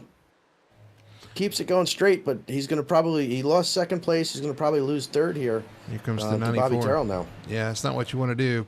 But it just like his truck's a little nervous. I don't know if he made some changes to his truck or something, but the truck just looks really nervous coming off the corner. Yeah, I know at this particular point that if I was loose at this point in the run, the rest of the run is going to be a real hard, long run because the truck's just going to get looser as the run goes on here. Here comes TJ Bartell running in the middle of the track. He pulls right on the back bumper of the 15 of Moreau. TJ. Is TJ going to be the one for something for Nicholas? Is he going to look to the outside going into 1 and 2 here? Yeah, he's been running that middle to top lane. Nick's really rode around the bottom here. But TJ's moved up the track trying to get that run off the corner. And 21 finally got by to 43 as Kobe Meese now looks underneath the 43 for 6th. 29 laps to go here at Homestead-Miami Speedway to finish this one off, the Homestead-Miami 200 for the Sim Racing Points Truck Series. We are getting down to it. Go time. Things are starting to heat up. Colby Mice makes the pass. Put Colby Mice up to 5th place. Ooh, the 4 is loose off the corner there. Tries to get under the 43, but he saves it. That's going to allow the 31 to get by. Jeff Chandler up to P8. Nice rebound after that pit stop. Yeah, James is slowly losing the front group here. His truck's got to be super loose. Like I said, once you're loose at this particular point, the truck is not going to get tightened up. It's just going to get looser and looser. So he's just going to be hanging on for the rest of the race unless he can get some new tires at a pit stop. 21 takes the position from 43. That's for P6. Down to 43. It's going to loop back inside. Those guys have battled all this race long. Whole run. Yeah, they've been side by side. The whole race. They better buy each other some flowers at the end of this one because I think they're dating. Get a room. I'm just kidding. Oh, 43 in the side of the 21 on the straightaway. These guys are... That's only legal. That's only legal in Alabama, sir. Door slapping like that. So now the 43, and Jeff's trying to look for a place to go in this particular battle, but I'm not sure he's aware that they've been side by side this whole race. And Jeff's like, guys, settle this out. Where am I going to go if you're side by side in front of me? Hey, look who's behind them. Coming up on new tires, I believe. That would be the 7 of Wayne Grassi. Restarted in the back when he pitted on that last one to get tires. Wayne been in the top 10 pretty much all race, except for that, when he decided to pit there. Coming back up into the top 10. 31 still trying to look for a way around this 43 and 21 battle will not go away. Now the 21 does clear him. And now Jeff's going to, let's see if the 43 tries to go back on the 21. They've been side by side the whole race. I don't think they're done yet. As the Colby Mice, this whole group, including Colby Mice, are closing in on James Morris there as he's fallen back to 2 seconds behind the leader. The leaders, I should say. Speaking of leaders. Nicholas Moreau, TJ, and Bobby are up there less than a half a second between the 3 of them. 25 laps to go.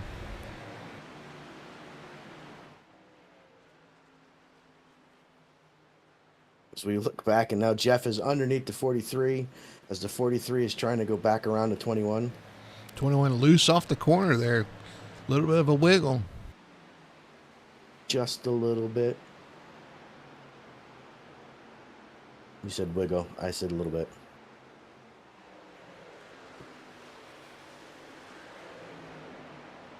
All right. Let's see. Tony Solari doing a great job back there. He's in the 11 and 11th. He's got the memo. Well, I hate to tell you, but the 43 and 21 side by side again. It looks like the 43 is going to make that pass. Opens the door for the 31 of Jeff Chandler, who's going to now try to make that pass.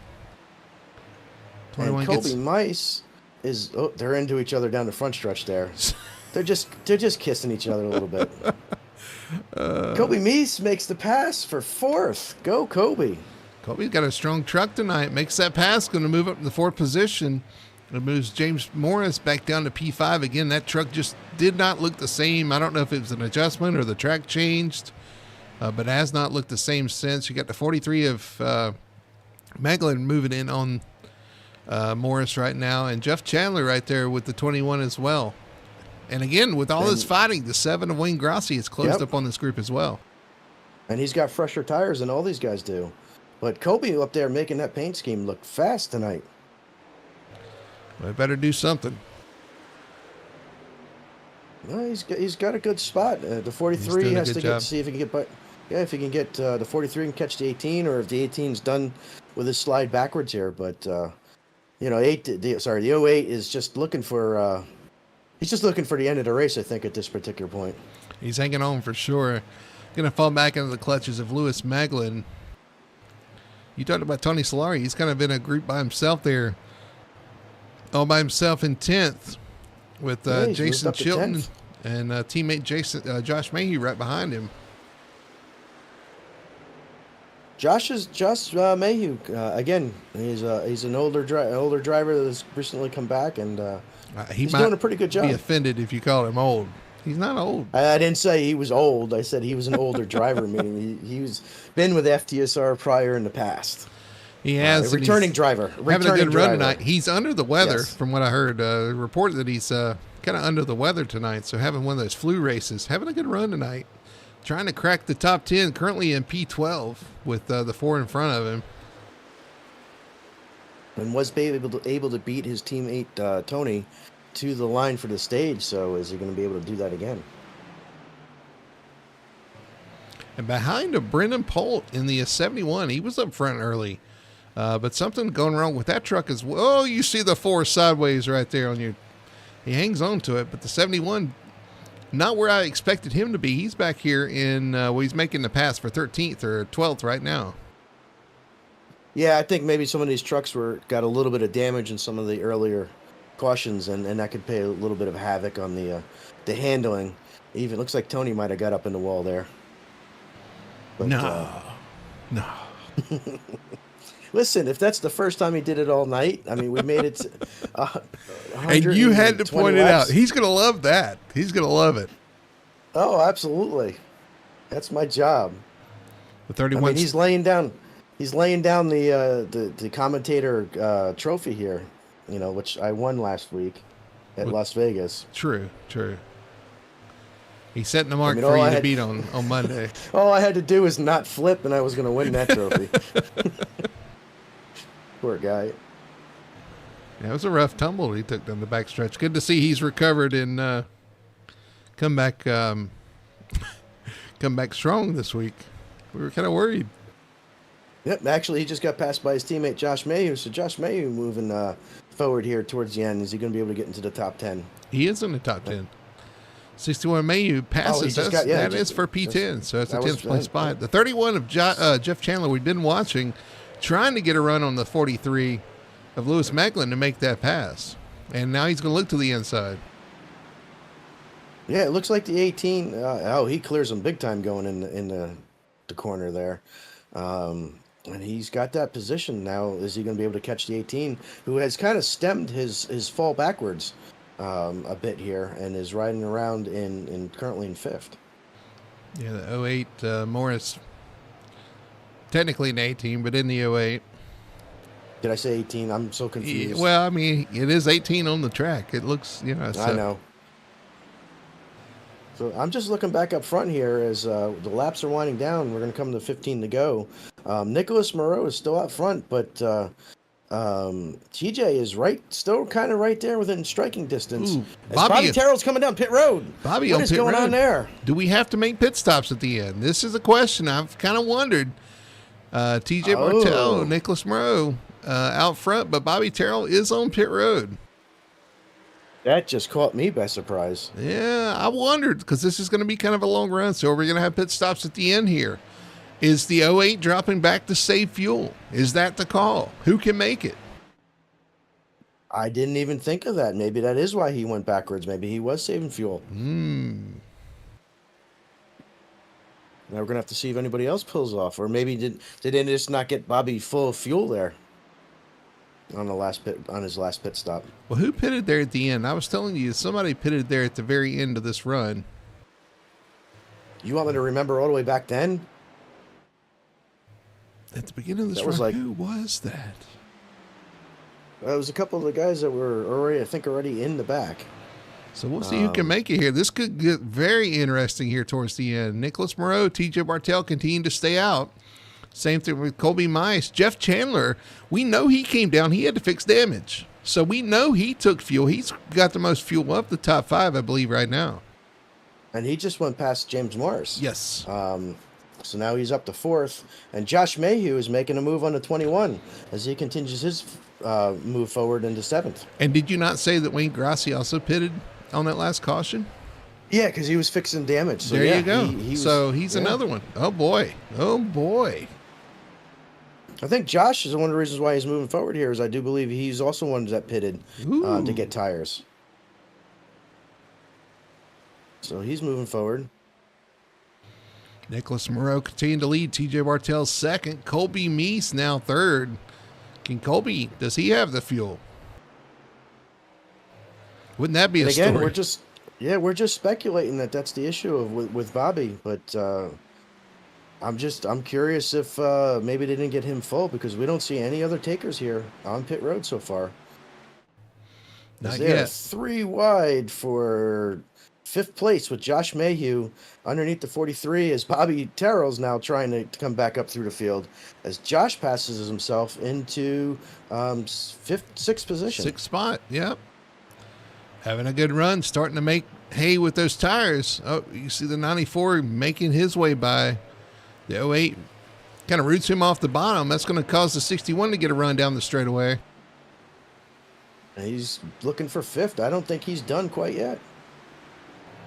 That's interesting. I wonder if anybody else is going to have to pit. Yeah, I'm curious if they're just waiting to the last minute to do a splash and go, but I think I'd rather do it like Bobby did, with some laps to go in my hip pocket here, and not just do it right at the end of the race. As he goes around the 8 of Meese, currently running P3. Meanwhile, up front, you still got Nicholas Moreau. He's starting to gain a little bit, pull a gap on the 28 of Bartel. Is Bartel saving now? Is he saving fuel? Yeah, I'm at a loss, So man. many I have no questions. idea. Yeah, I have no idea. We got 10 laps now, 9 laps to go when they come around. This thing is heated up here at the end. Getting spicy. I think we've kind of lost this the race here because we have no idea of what's going on strategy wise. Didn't even think of fuel as Bobby Terrell was catching to unlap himself here. Jeff Flanagan on pit road. He's one of the guys in the back. Just kind of keeping an eye on who has to pit here. Flanagan on pit road. We come around. We're going to get 8 to go. Still nothing from the leaders. They're still staying out. 1, 2, 3.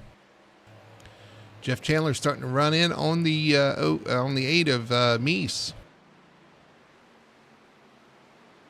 It's a battle for the podium position.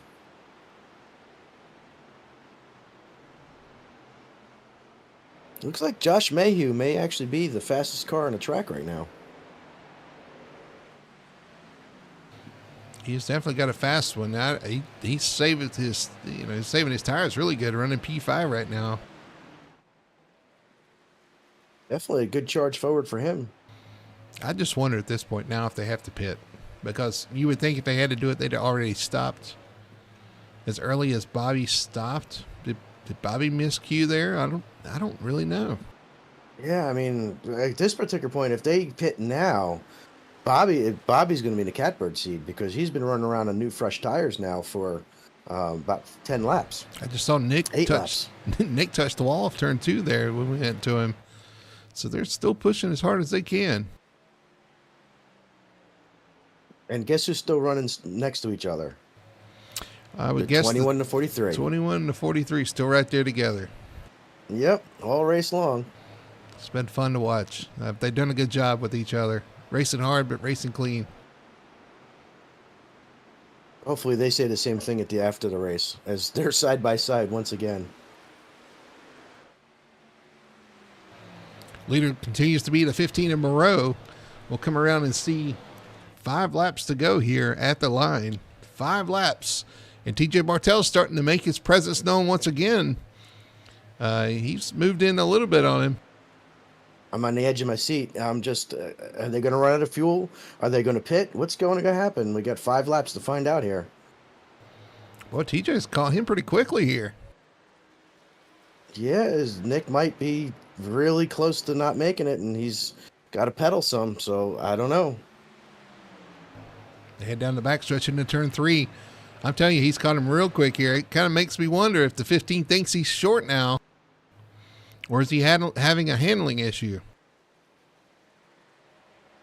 I give up. I have no idea. Jeff Chandler has caught Kobe Meese for 3rd as well. Yeah, we're going to battles and battles all over the track. If they have to save, did TJ save enough and he's just got enough to be able to try to go for it? I don't know. He's definitely pulled up on him. All of a sudden, here he goes to the bottom. I thought he was trying to go in on the inside there. He was close. He's definitely He's putting right some there. pressure on him. He's Nicholas right there. He's Moreau looking going. underneath him. He's under him right here. Oh, here we go. 3 laps to go, and I got to wonder if these guys are pushing as hard as they can. Nicholas Moreau going for 4 in a row. TJ going for his first win of the season, defending champion of the Truck Series. These guys know what they're doing. He didn't clear him. As they're fighting behind him for third between Colby and Jeff, as TJ dives under him. Is he going to clear him? TJ on the bottom, the 15 in a row, trying to hang tough on the top. Coming off the corner, TJ Bartell is going to clear him. He's going to pull up and take the lead. TJ Bartell to the lead. 2 laps to go here in Homestead-Miami. TJ Bartell to the lead. As Meanwhile, Jeff Chandler moves up to third. Yeah, this is the teammate to Bartell, the 31 of Chandler. All of a sudden, found some life, got around the 8 of Colby Meese. But TJ Bartell up front, he's going to come around and see the white flag. 1 lap to go. No pit stop needed at this point. You just hope you have enough fuel to make it around one more time. The 28 of TJ Bartell takes the white flag. Colby Meese on pit road. Colby Meese out of 4th, the pit road. Oh, Colby did not have enough. Oh, that moves Josh Mayhew up to 4th, though, and James Morris up to 5th. TJ Bartell clearly out front. Nicholas Moreau in second. Does Nick have enough? Jeff Chandler in his mirror. But they'll come through 3 and 4. The 28, TJ Bartell, that 28 Toyota got plenty of fuel in the tank. Gonna come off turn 4, win the Homestead-Miami 200 for the Sim Racing Truck Series. TJ Bartell. Moreau's out of fuel. And just crosses the line before losing second place. He ran out of fuel out of 4. Sorry, I didn't mean to step on you, but that was exciting. Jeff Chandler finishes third. James Morris able to get by the Josh Mayhew machine, the 61 for 4th. Josh Mayhew comes home P5. Man, there's a lot going on there at the end. Oh man, I'm wore out. Nicholas just had enough he ran out of fuel coming out of turn 4 and coasted to the line and just made it before Jeff got to him. Jeff almost got second. So TJ Bartell using that fuel strategy at fuel mileage, sitting behind Nicholas Moreau, saving fuel, hits the gas at just the right point and comes home and claims win number 1 of the season and puts himself, I hate to say it because you know what I'm about to say. He gets a win. He locks himself in the playoffs for 2025. And the answer to the big question coming into tonight is yes. TJ Bartell had something for Nicholas Moreau and stops his win streak. So congrats to TJ on that. He did. He snapped that 3-race win streak. First winner, another new winner for the season. TJ Bartell out of fuel now on the front stretch. Trying to burn it down. He had a little bit to do a burnout, but that's all he's going to get. Let's look at our results here tonight for a very entertaining Homestead-Miami 200 from Homestead-Miami Speedway. TJ Bartell takes home the win. Nicholas Moreau comes at 1 spot short of a 4-peat. Finishes in second as he runs out of gas across the start-finish line. Jeff Chandler, great rebound after getting collected in that last wreck. Comes home P3. 4th place for the 08 of James Morris. Fifth spot goes to the 61 of Josh Mayhew. Great rebound for him as well. Keaton Pipe comes home P6. Great run all night for him. Ryan Lark sneaks up P7 in the 00. Has a great night. Wayne Grassi 8th. 9th for Tony Solari. And 10th place for Lewis Meglin. Yeah, I'm curious to see if maybe Lewis might have ran out of fuel because he was up a little bit with Keaton Pipe there towards the end. But Brendan Polt comes home 11th. James Torrey 12th. Dave Nestor 13th, William Lark 14th, Jason Chilton 15th, Bobby Terrell with a heartbreaker there comes up 16th, Alan Duranko 17th, Mark Kyle Henderson 18th, Colby Meese again another heartbreak running 3rd late comes home 19th, and Pepto Joe after being several laps down comes back to finish 20th. Yeah, good. 1 lap down. Top 20 finish for him. Joseph Burgess finishes 21st, 22nd. Donald Bell, after staying out there on that 1 caution, comes home 22nd, 23rd. Mayhem Michael Blackner. Oh, now you're calling him Mayhem. Well, if you're going to do it, I'm going to stick with it. Brian Thorison's going to finish 24th, 25th. Ryan Chapman, 26th for Aaron Thatcher. Corey Atkins involved in an early wreck, 27th. 28th, Sherwood Williford had a rough night. 29th, didn't even make it a lap. Wyatt Hunley won the newer drivers finishes 29th, 30th. Scout Neff after that incident in turn 1, and then Merrick Watchburn didn't make a lap. So there's your 30 finishers tonight here at Homestead-Miami Speedway.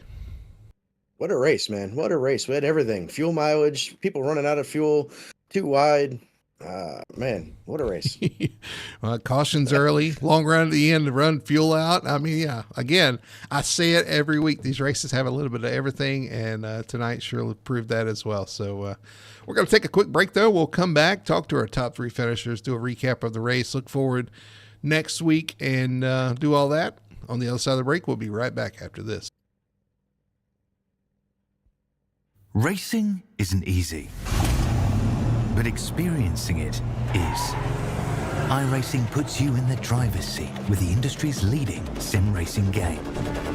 Drive on laser scan replicas of the greatest racing circuits from around the world. Go head-to-head against other drivers chosen by skill-based matchmaking to ensure competitive racing at every level. Compete across all your favorite series. In officially licensed cars, engineered to deliver the most accurate driving experience possible.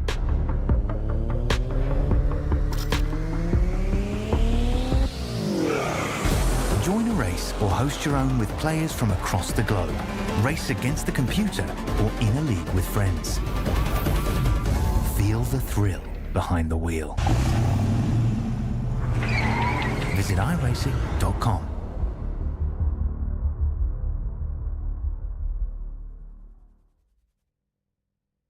We are Best One. The best tires. The best customer service. The best automotive service. And the best customers. You see, Best One isn't just our name, it's who we are. Since 1948, Best One has been delivering quality and dependable tires and full-service automotive care to our customers. Best One, selling tires, serving people. We are Best One.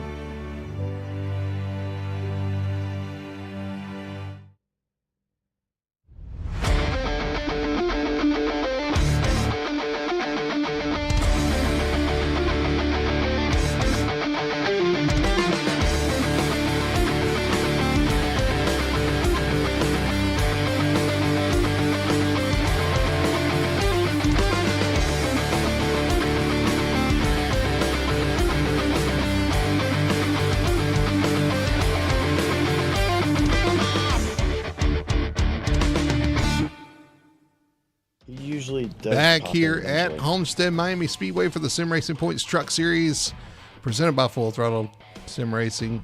And man, we had a lot. We got a lot to talk about. Got a lot to digest.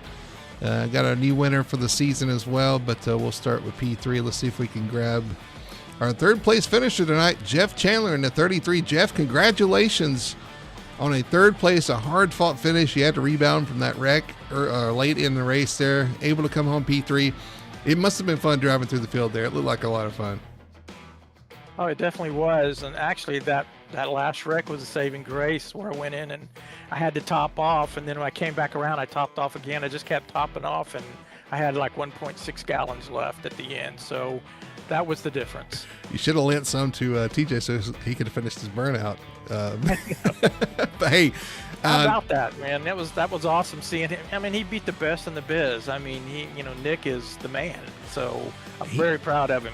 He did, and Nick ran out there at the end. I was going to ask you about that. Nick ran out right there off turn 4. I know you were licking your chops when you saw him down on the bottom, but just a little bit more, or get through the traffic a little bit faster, you could have got there at P2. But either way, man, it looked like a ton of fun out there with the race in the top, the bottom, the middle. There's a lot to move around. Homestead's always kind of a fun track like that.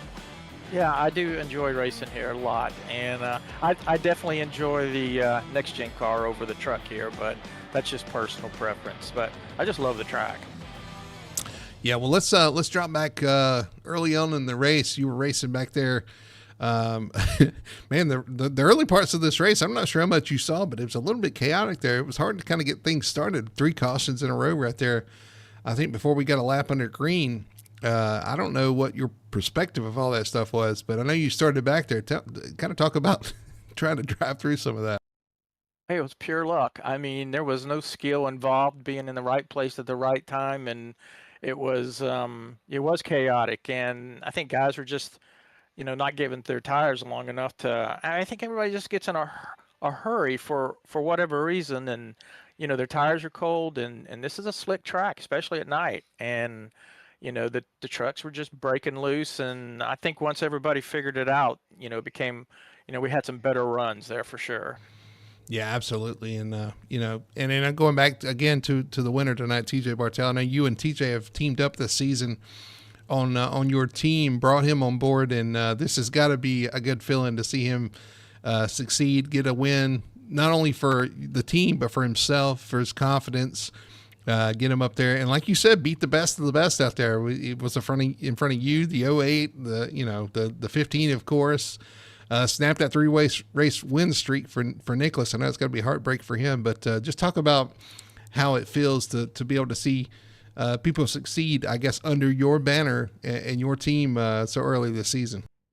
Oh, it's as good as a win or better, seeing him out there winning. And plus he's such a damn nice guy, I mean, he's just one of the easiest guys to get along with and talk with. And we talk a lot about racing, and not about, the mechanics of it, just the philosophies, and what's our approach this week.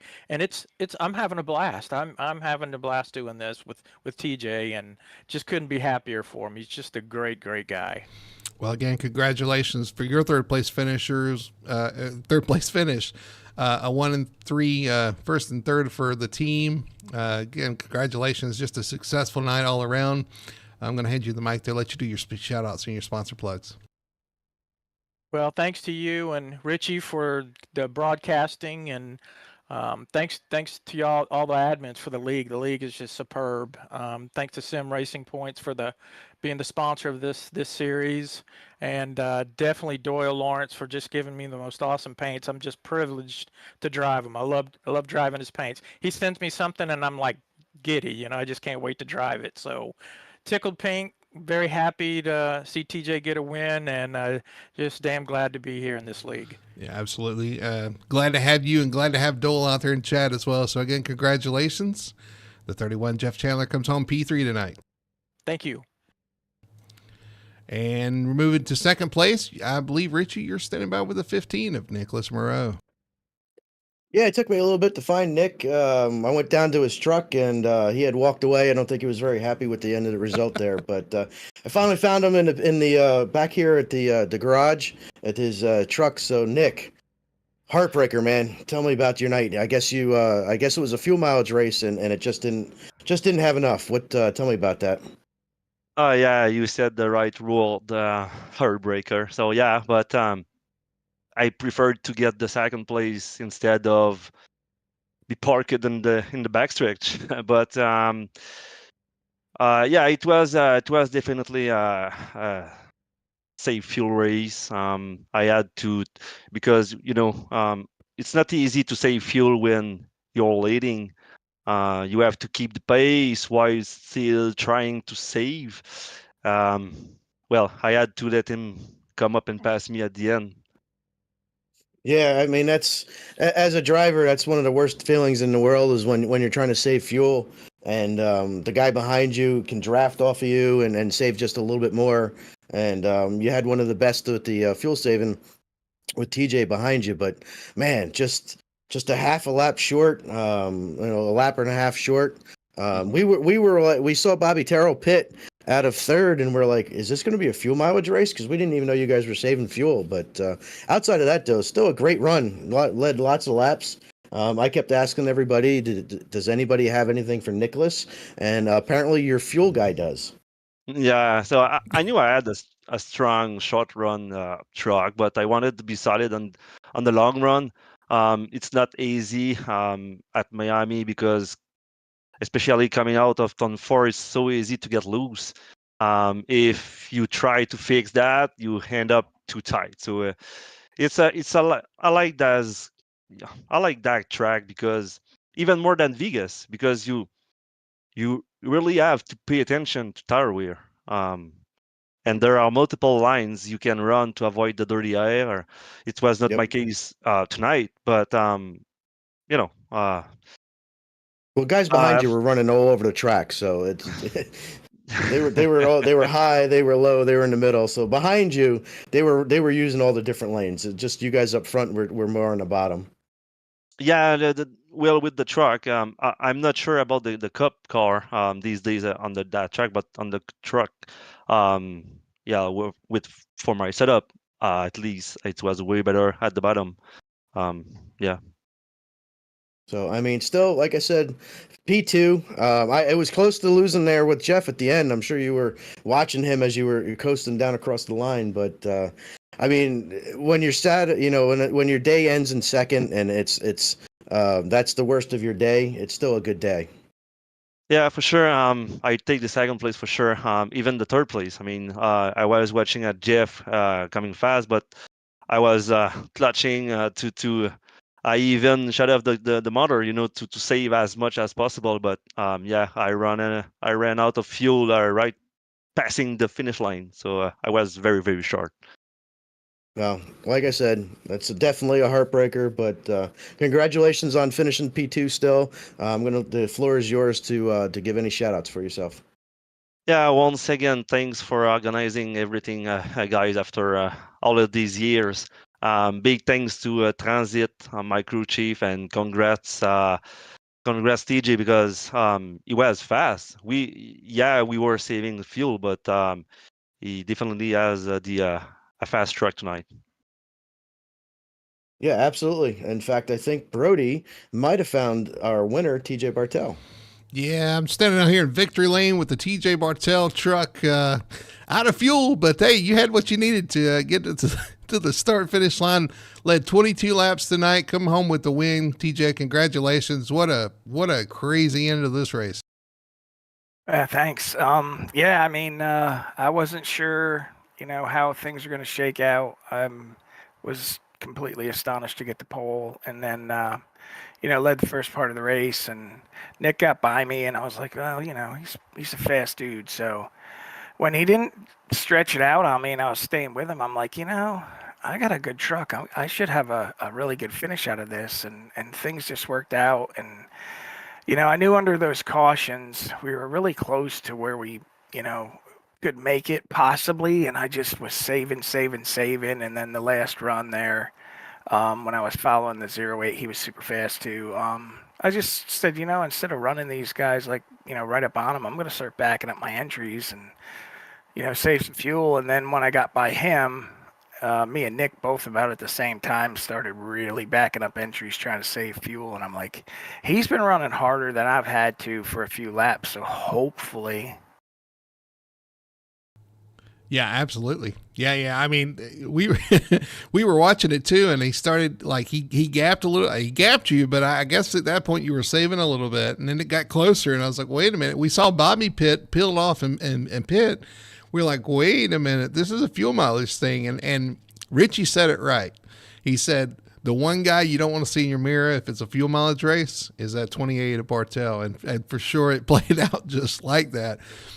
You were able to beat the best of the best out tonight. You snapped his 3-race, almost 4-race winning streak to get your win tonight. A win for Jeff Chandler Racing. You guys come home first and third. Just a great overall night. You talked about the pole. You grabbed the pole out there as well. But I'm telling you, it didn't want to start. We didn't want to start this race there. We had 3 cautions back to back just to start the race. Yeah, I was like, man, it kind of surprised me with the track being as wide as it is. But I know, like on the first lap or two on cold tires, for me, it was super sketchy going through 1 and 2. Not everybody got that memo. Yeah, I was going to say it did bite several people. You get into turn 1, the truck would get out from under them, and that's kind of what caused some of those cautions. But Richie, I'm sure you want to have something to say to our race winner here. I just want to say congratulations, man. Awesome job. I watched you basically stalk Nick all night long, and I kept asking the question, does anybody have anything for Nick? And you did a great job.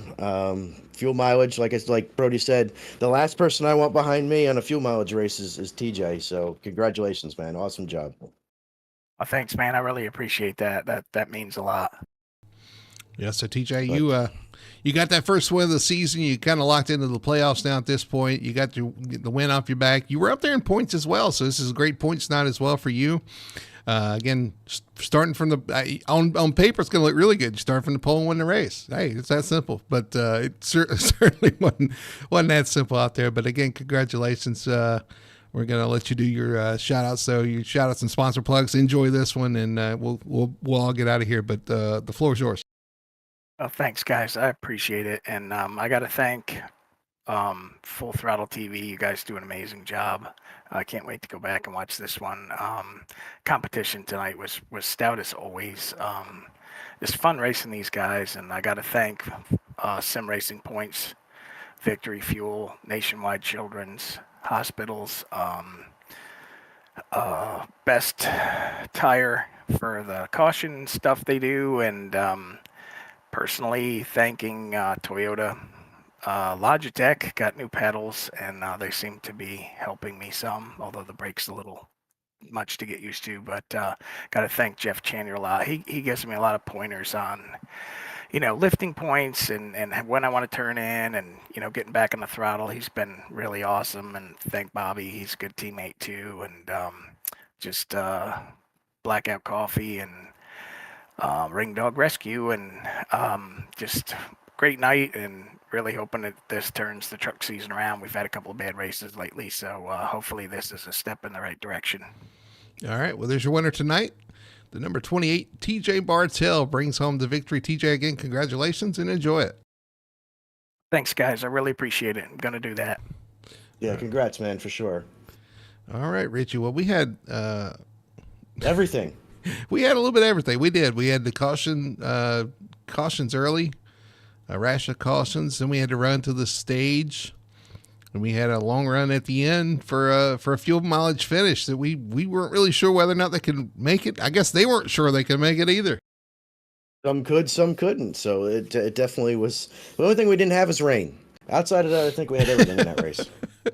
Yeah, we haven't got that for Oval yet. I don't know that that's coming, but we. It definitely, but it was entertaining, and no matter where you were, we had the 21 and 43 fighting all race. We had the guys in the back fighting hard to get to the front, guys in the front saving, pacing themselves. That's just like it's a little bit of everything, and I hope everybody enjoyed it. The one thing we didn't mention was Jeff Chandler started 26th tonight, so he came all the way through the field not once but like 2 or 3 times. So it was battling all over the place. He started back there, run through the field, had to go to the back again to fix damage, but he said that was his saving grace. He took fuel and was able to make it to the end. So, yes, just a little bit of everything. I hope everybody out there watching enjoyed it. Remember, every Wednesday night we'll have these races for the Sim Racing Points Truck Series, Full Throttle Sim Racing. Wednesdays at 9 p.m. Next week we head to, where is it? I think it's Martinsville. You're going to ask me. I know you're going to. I'm pulling it up right here. Oh, yeah, mighty Martinsville. So this is completely different. We are going to shift gears and go to a Martinsville Speedway short track. That should be exciting for sure. So make sure to tune in next Wednesday night, 9 p.m. For the truck series at Martinsville Speedway. That should be a lot of fun. I'm looking forward to that. I'm looking forward to calling that. And I know you've got some pointers for all the drivers out there. So looking forward to seeing what they ain't going to listen to me. They ain't going to listen to me. And then not until afterwards anyway. And of course, coming up next Monday, in a couple of days on Monday nights, we'll have the Cup Series here at Homestead-Miami Speedway, and you'll be a part of that as well. So, what is it, 9th you got to beat? So, yeah, actually, Tony did a good job tonight. Yeah, good top 10 I think he only hit the wall once that I saw. Absolutely. Well, like I said, I hope everybody enjoyed it. I surely had a lot of fun. Richie, I hope you had a lot of fun as well up here. Looking forward to next week as well, but I hope everybody enjoyed the race here from Homestead-Miami Speedway, the Homestead-Miami 200 in the books for the Sim Racing Points Truck Series. So until Monday night, my name is Brady Hanna. That's Richie Coy. Thanks to everybody at Full Throttle Television, everybody at Full Throttle Sim Racing, and we'll see you next Monday here from Homestead-Miami.